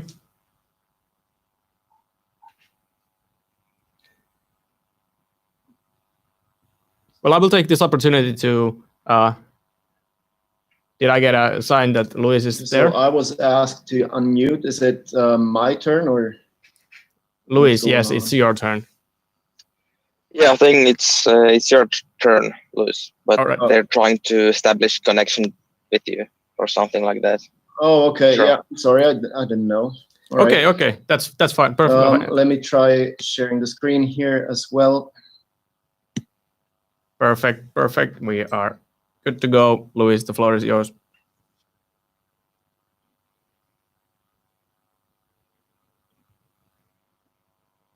So can you guys actually see the screen? Does that work, anyone? Yeah, I can see it.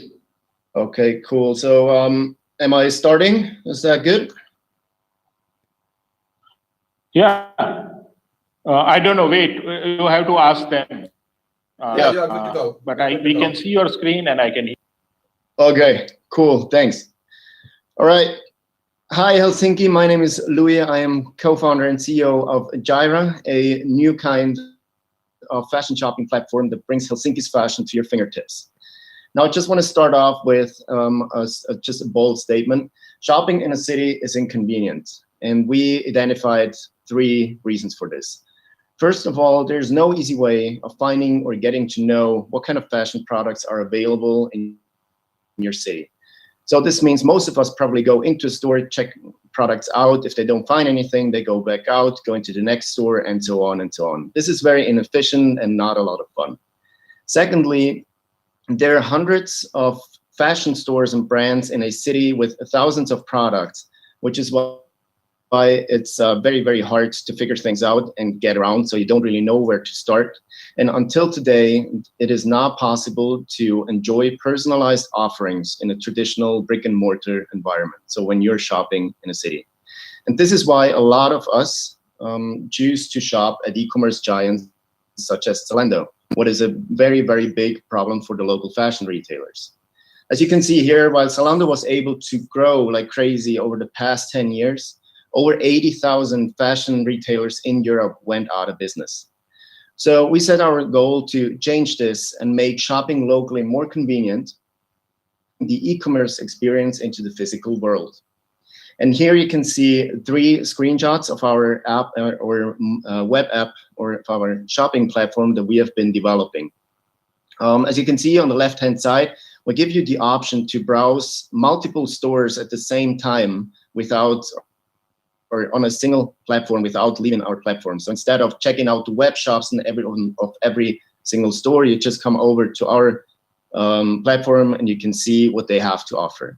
Secondly, we have a feature that you are able to locate fashion products around you. So that means you can go to our city, to our map of the city, you can type in what you're looking for, let's say a white shirt, a specific size and price range, and we actually show you where you can buy this from.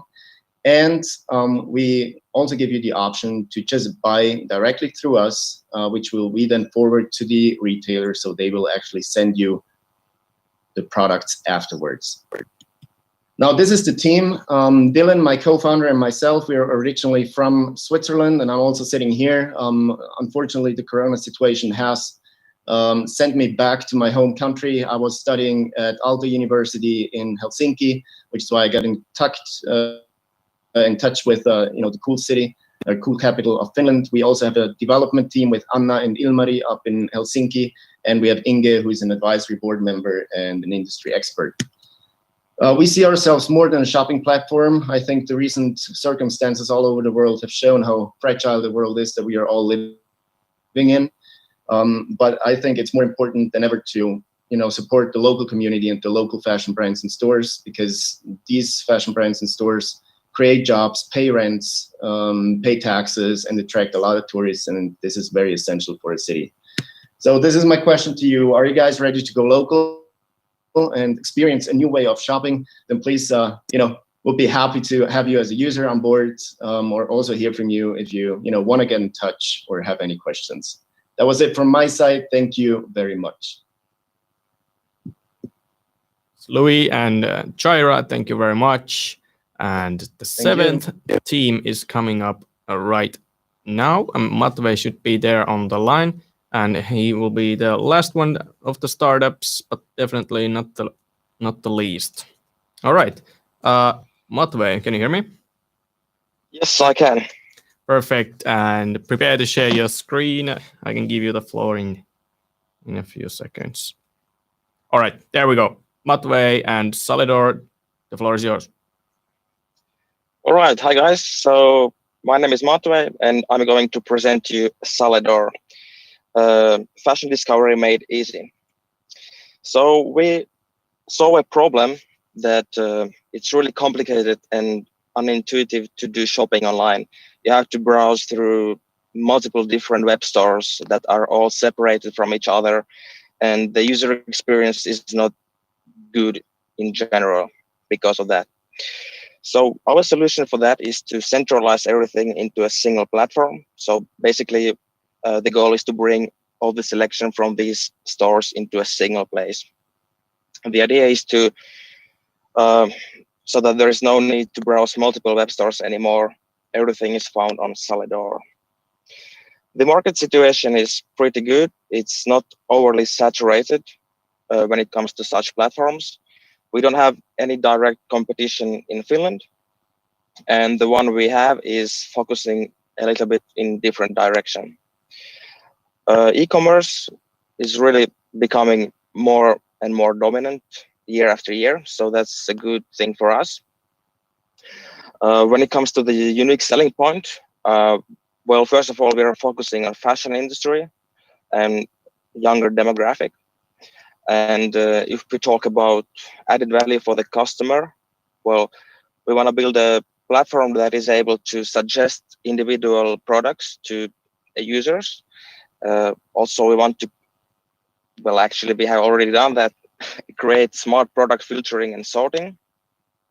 And as I mentioned before, centralize everything in one place to make life easier for everyone. The way it works is that we have partnerships with different companies, web stores, and they are providing us with the data about their products, and we are analyzing that data, saving into our database, and then distributing it to the customers via our platform. The business model works in a way that a customer comes to our site looking for something to buy. Let's say it's t-shirt, color red or something.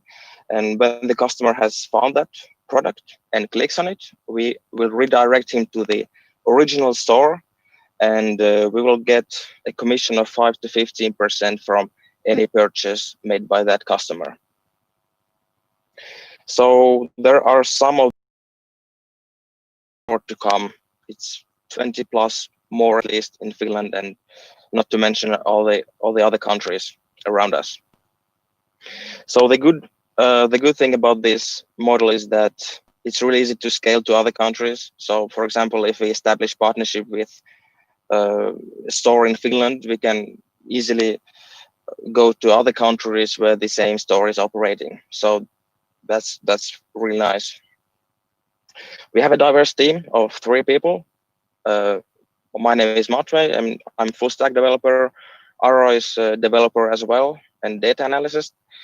Anton is doing business relationship and knowledge. He has knowledge in fashion industry. So a brief summary about us. Basically, we have identified the problem, which is a bad user experience in e-commerce. We came up with a solution for that, our platform. We think that the business model is healthy and scalable. We have a team that is able to bring this into reality. And we also have an existing product demo, so that's a good thing as well. Actually, the main thing that is lacking at the moment is that we don't have funding for the marketing purpose and also the development of the platform. And if you found this interesting, you can visit our site salidor.com and try it yourself, or you can just scan this QR code and open it on your phone. So that was salidor.com. Thank you very much for listening. It was a pleasure to be here.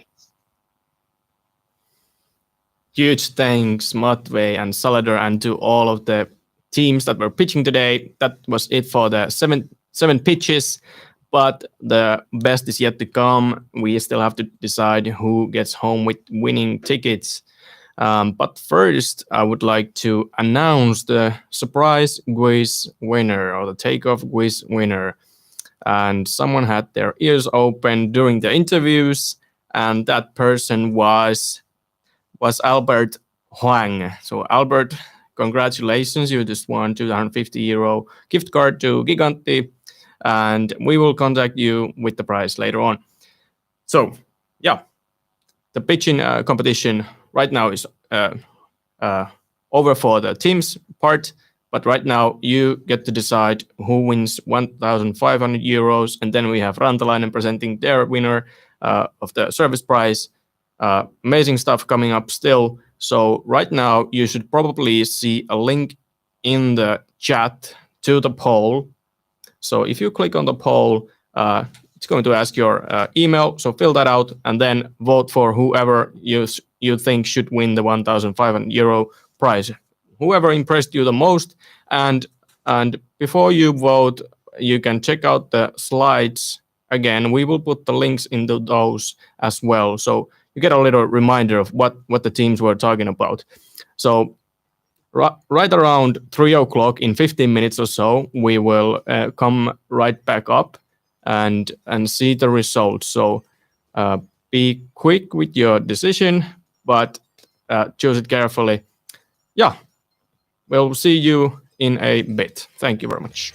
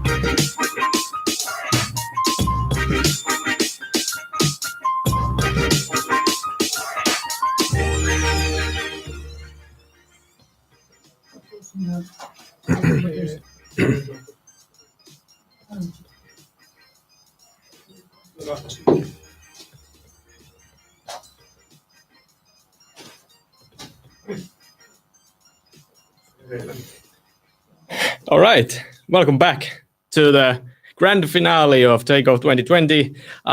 We still have yet to pick the winners, and that's the best part. First up, we have Ding Ma from Etelä-Karjalan Liitto, that's the Union of Southern Karelia, to tell who they're going to give T-shirts to, who their favorite was, essentially. So, Ding, can you hear me? Yes. Hi, Mikko. You're live right now. Very good. Great. Hi, everyone. This is Ding Ma from the Regional Council of South Karelia. And first of all, thanks to Lutes and the cooperation partners for the great program today. And secondly, it's very glad to see how many students has been online today, and hopefully the program have been giving you inspiration and taste of the spirit of entrepreneurship. From the regional council side, we welcome very much all kind of startup activity in Lappeenranta, but also largely in the region of South Karelia, and especially among the international student or international talent community, because we see there's a high potential there, especially to bring more internationalization to our region. Coming to the pitches today, it was very welcoming to learn the 7 business cases from the teams. I see there's very strong linkage towards sustainability, the usage of big data, e-platforms, and also a strong center regarding the local community, and that's a very nice thing. From our point, we want to raise one team to be our favorite, and that team is this time Ecotech. So congratulations, very much congratulations on the nice concept regarding the future building and how to use the industrial scale 3D printing technologies. So hats off. Hopefully all of your teams will gain the support what you are looking for, as well as going to reach your targets in your near future. So for the winning team, we are going to send you the T-shirts with the logo of the region of the South Karelia region, South Karelia heart, and with the text of Uusin ajattelijat, which is our new logo, which with a free translation to English is rethinkers, or how we say the people coming up with the new ideas. So you have all coming up with great ideas today, and congratulations. And hopefully we will have a lot of startup activities in our regions. So thank you very much. Back to you, Mikko. Thank you very much, Ding, and congratulations to Ecotech. It's so great to see the regional support from Lappeenranta as members of Lutes, obviously. So thank you, Ding. Thank you to the Etelä-Karjalan Liitto. All right, and next up, the cash prize, which was chosen by an audience vote, worth 1,500 euros in cash. That is 1,000 euros from Oma SP. Huge thank you to Oma Säästöpankki for sponsoring that amount of money, and 500 euros from the engineers of Lappeenranta and Imatra. So huge thanks to those sponsors and those partners. And without further ado, I think I should reveal who won the audience vote. And yes, the results are in. And the winner is Saledor. And that was Matvei's pitch. So congratulations, Saledor, on the cash prize. I think you mentioned that you need a little bit of funding. So hope this will get you a little bit further with your idea. That's so great. All right. That was from Oma SP and engineers of Lappeenranta and Imatra. And next up, we have Rantalainen to present their service prize worth over 4,000 euros, including a gift card. All right, welcome to the stage, guys.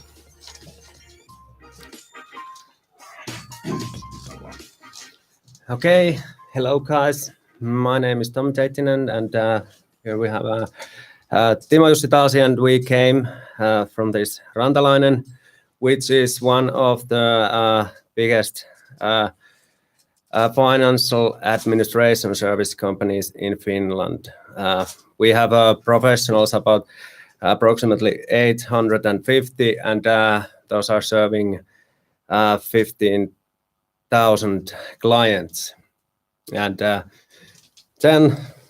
Timo Jussi, you're welcome about our decision.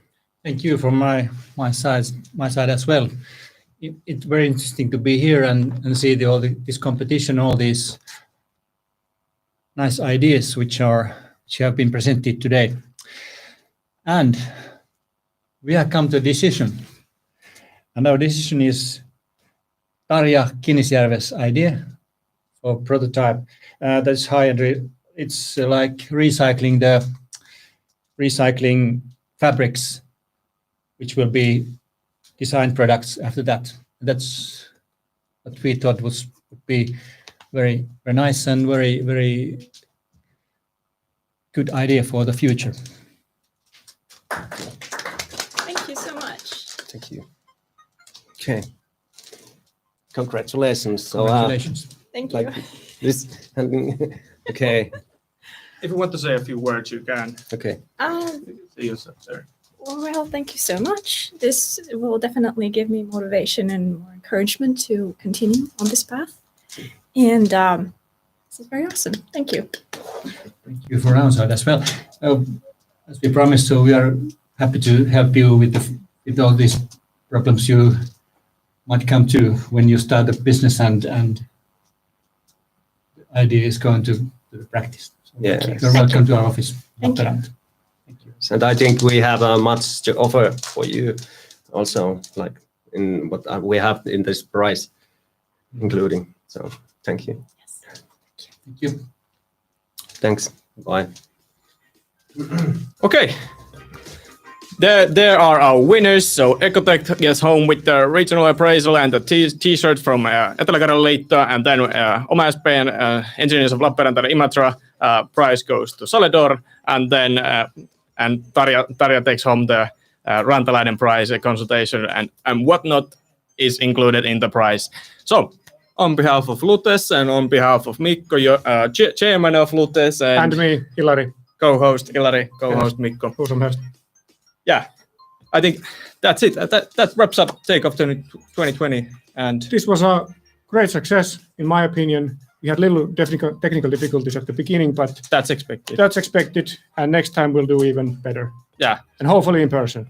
Go follow Lutes on Facebook and Instagram, and right now, if you're in YouTube, click notifications and subscribe, because we might release some bits from this event there in a more concise form, maybe even yet this interview in English. We have to probably ask his permission on that. Okay. Probably. Yeah, that's it. Okay. See you next Thanks. year. Moi.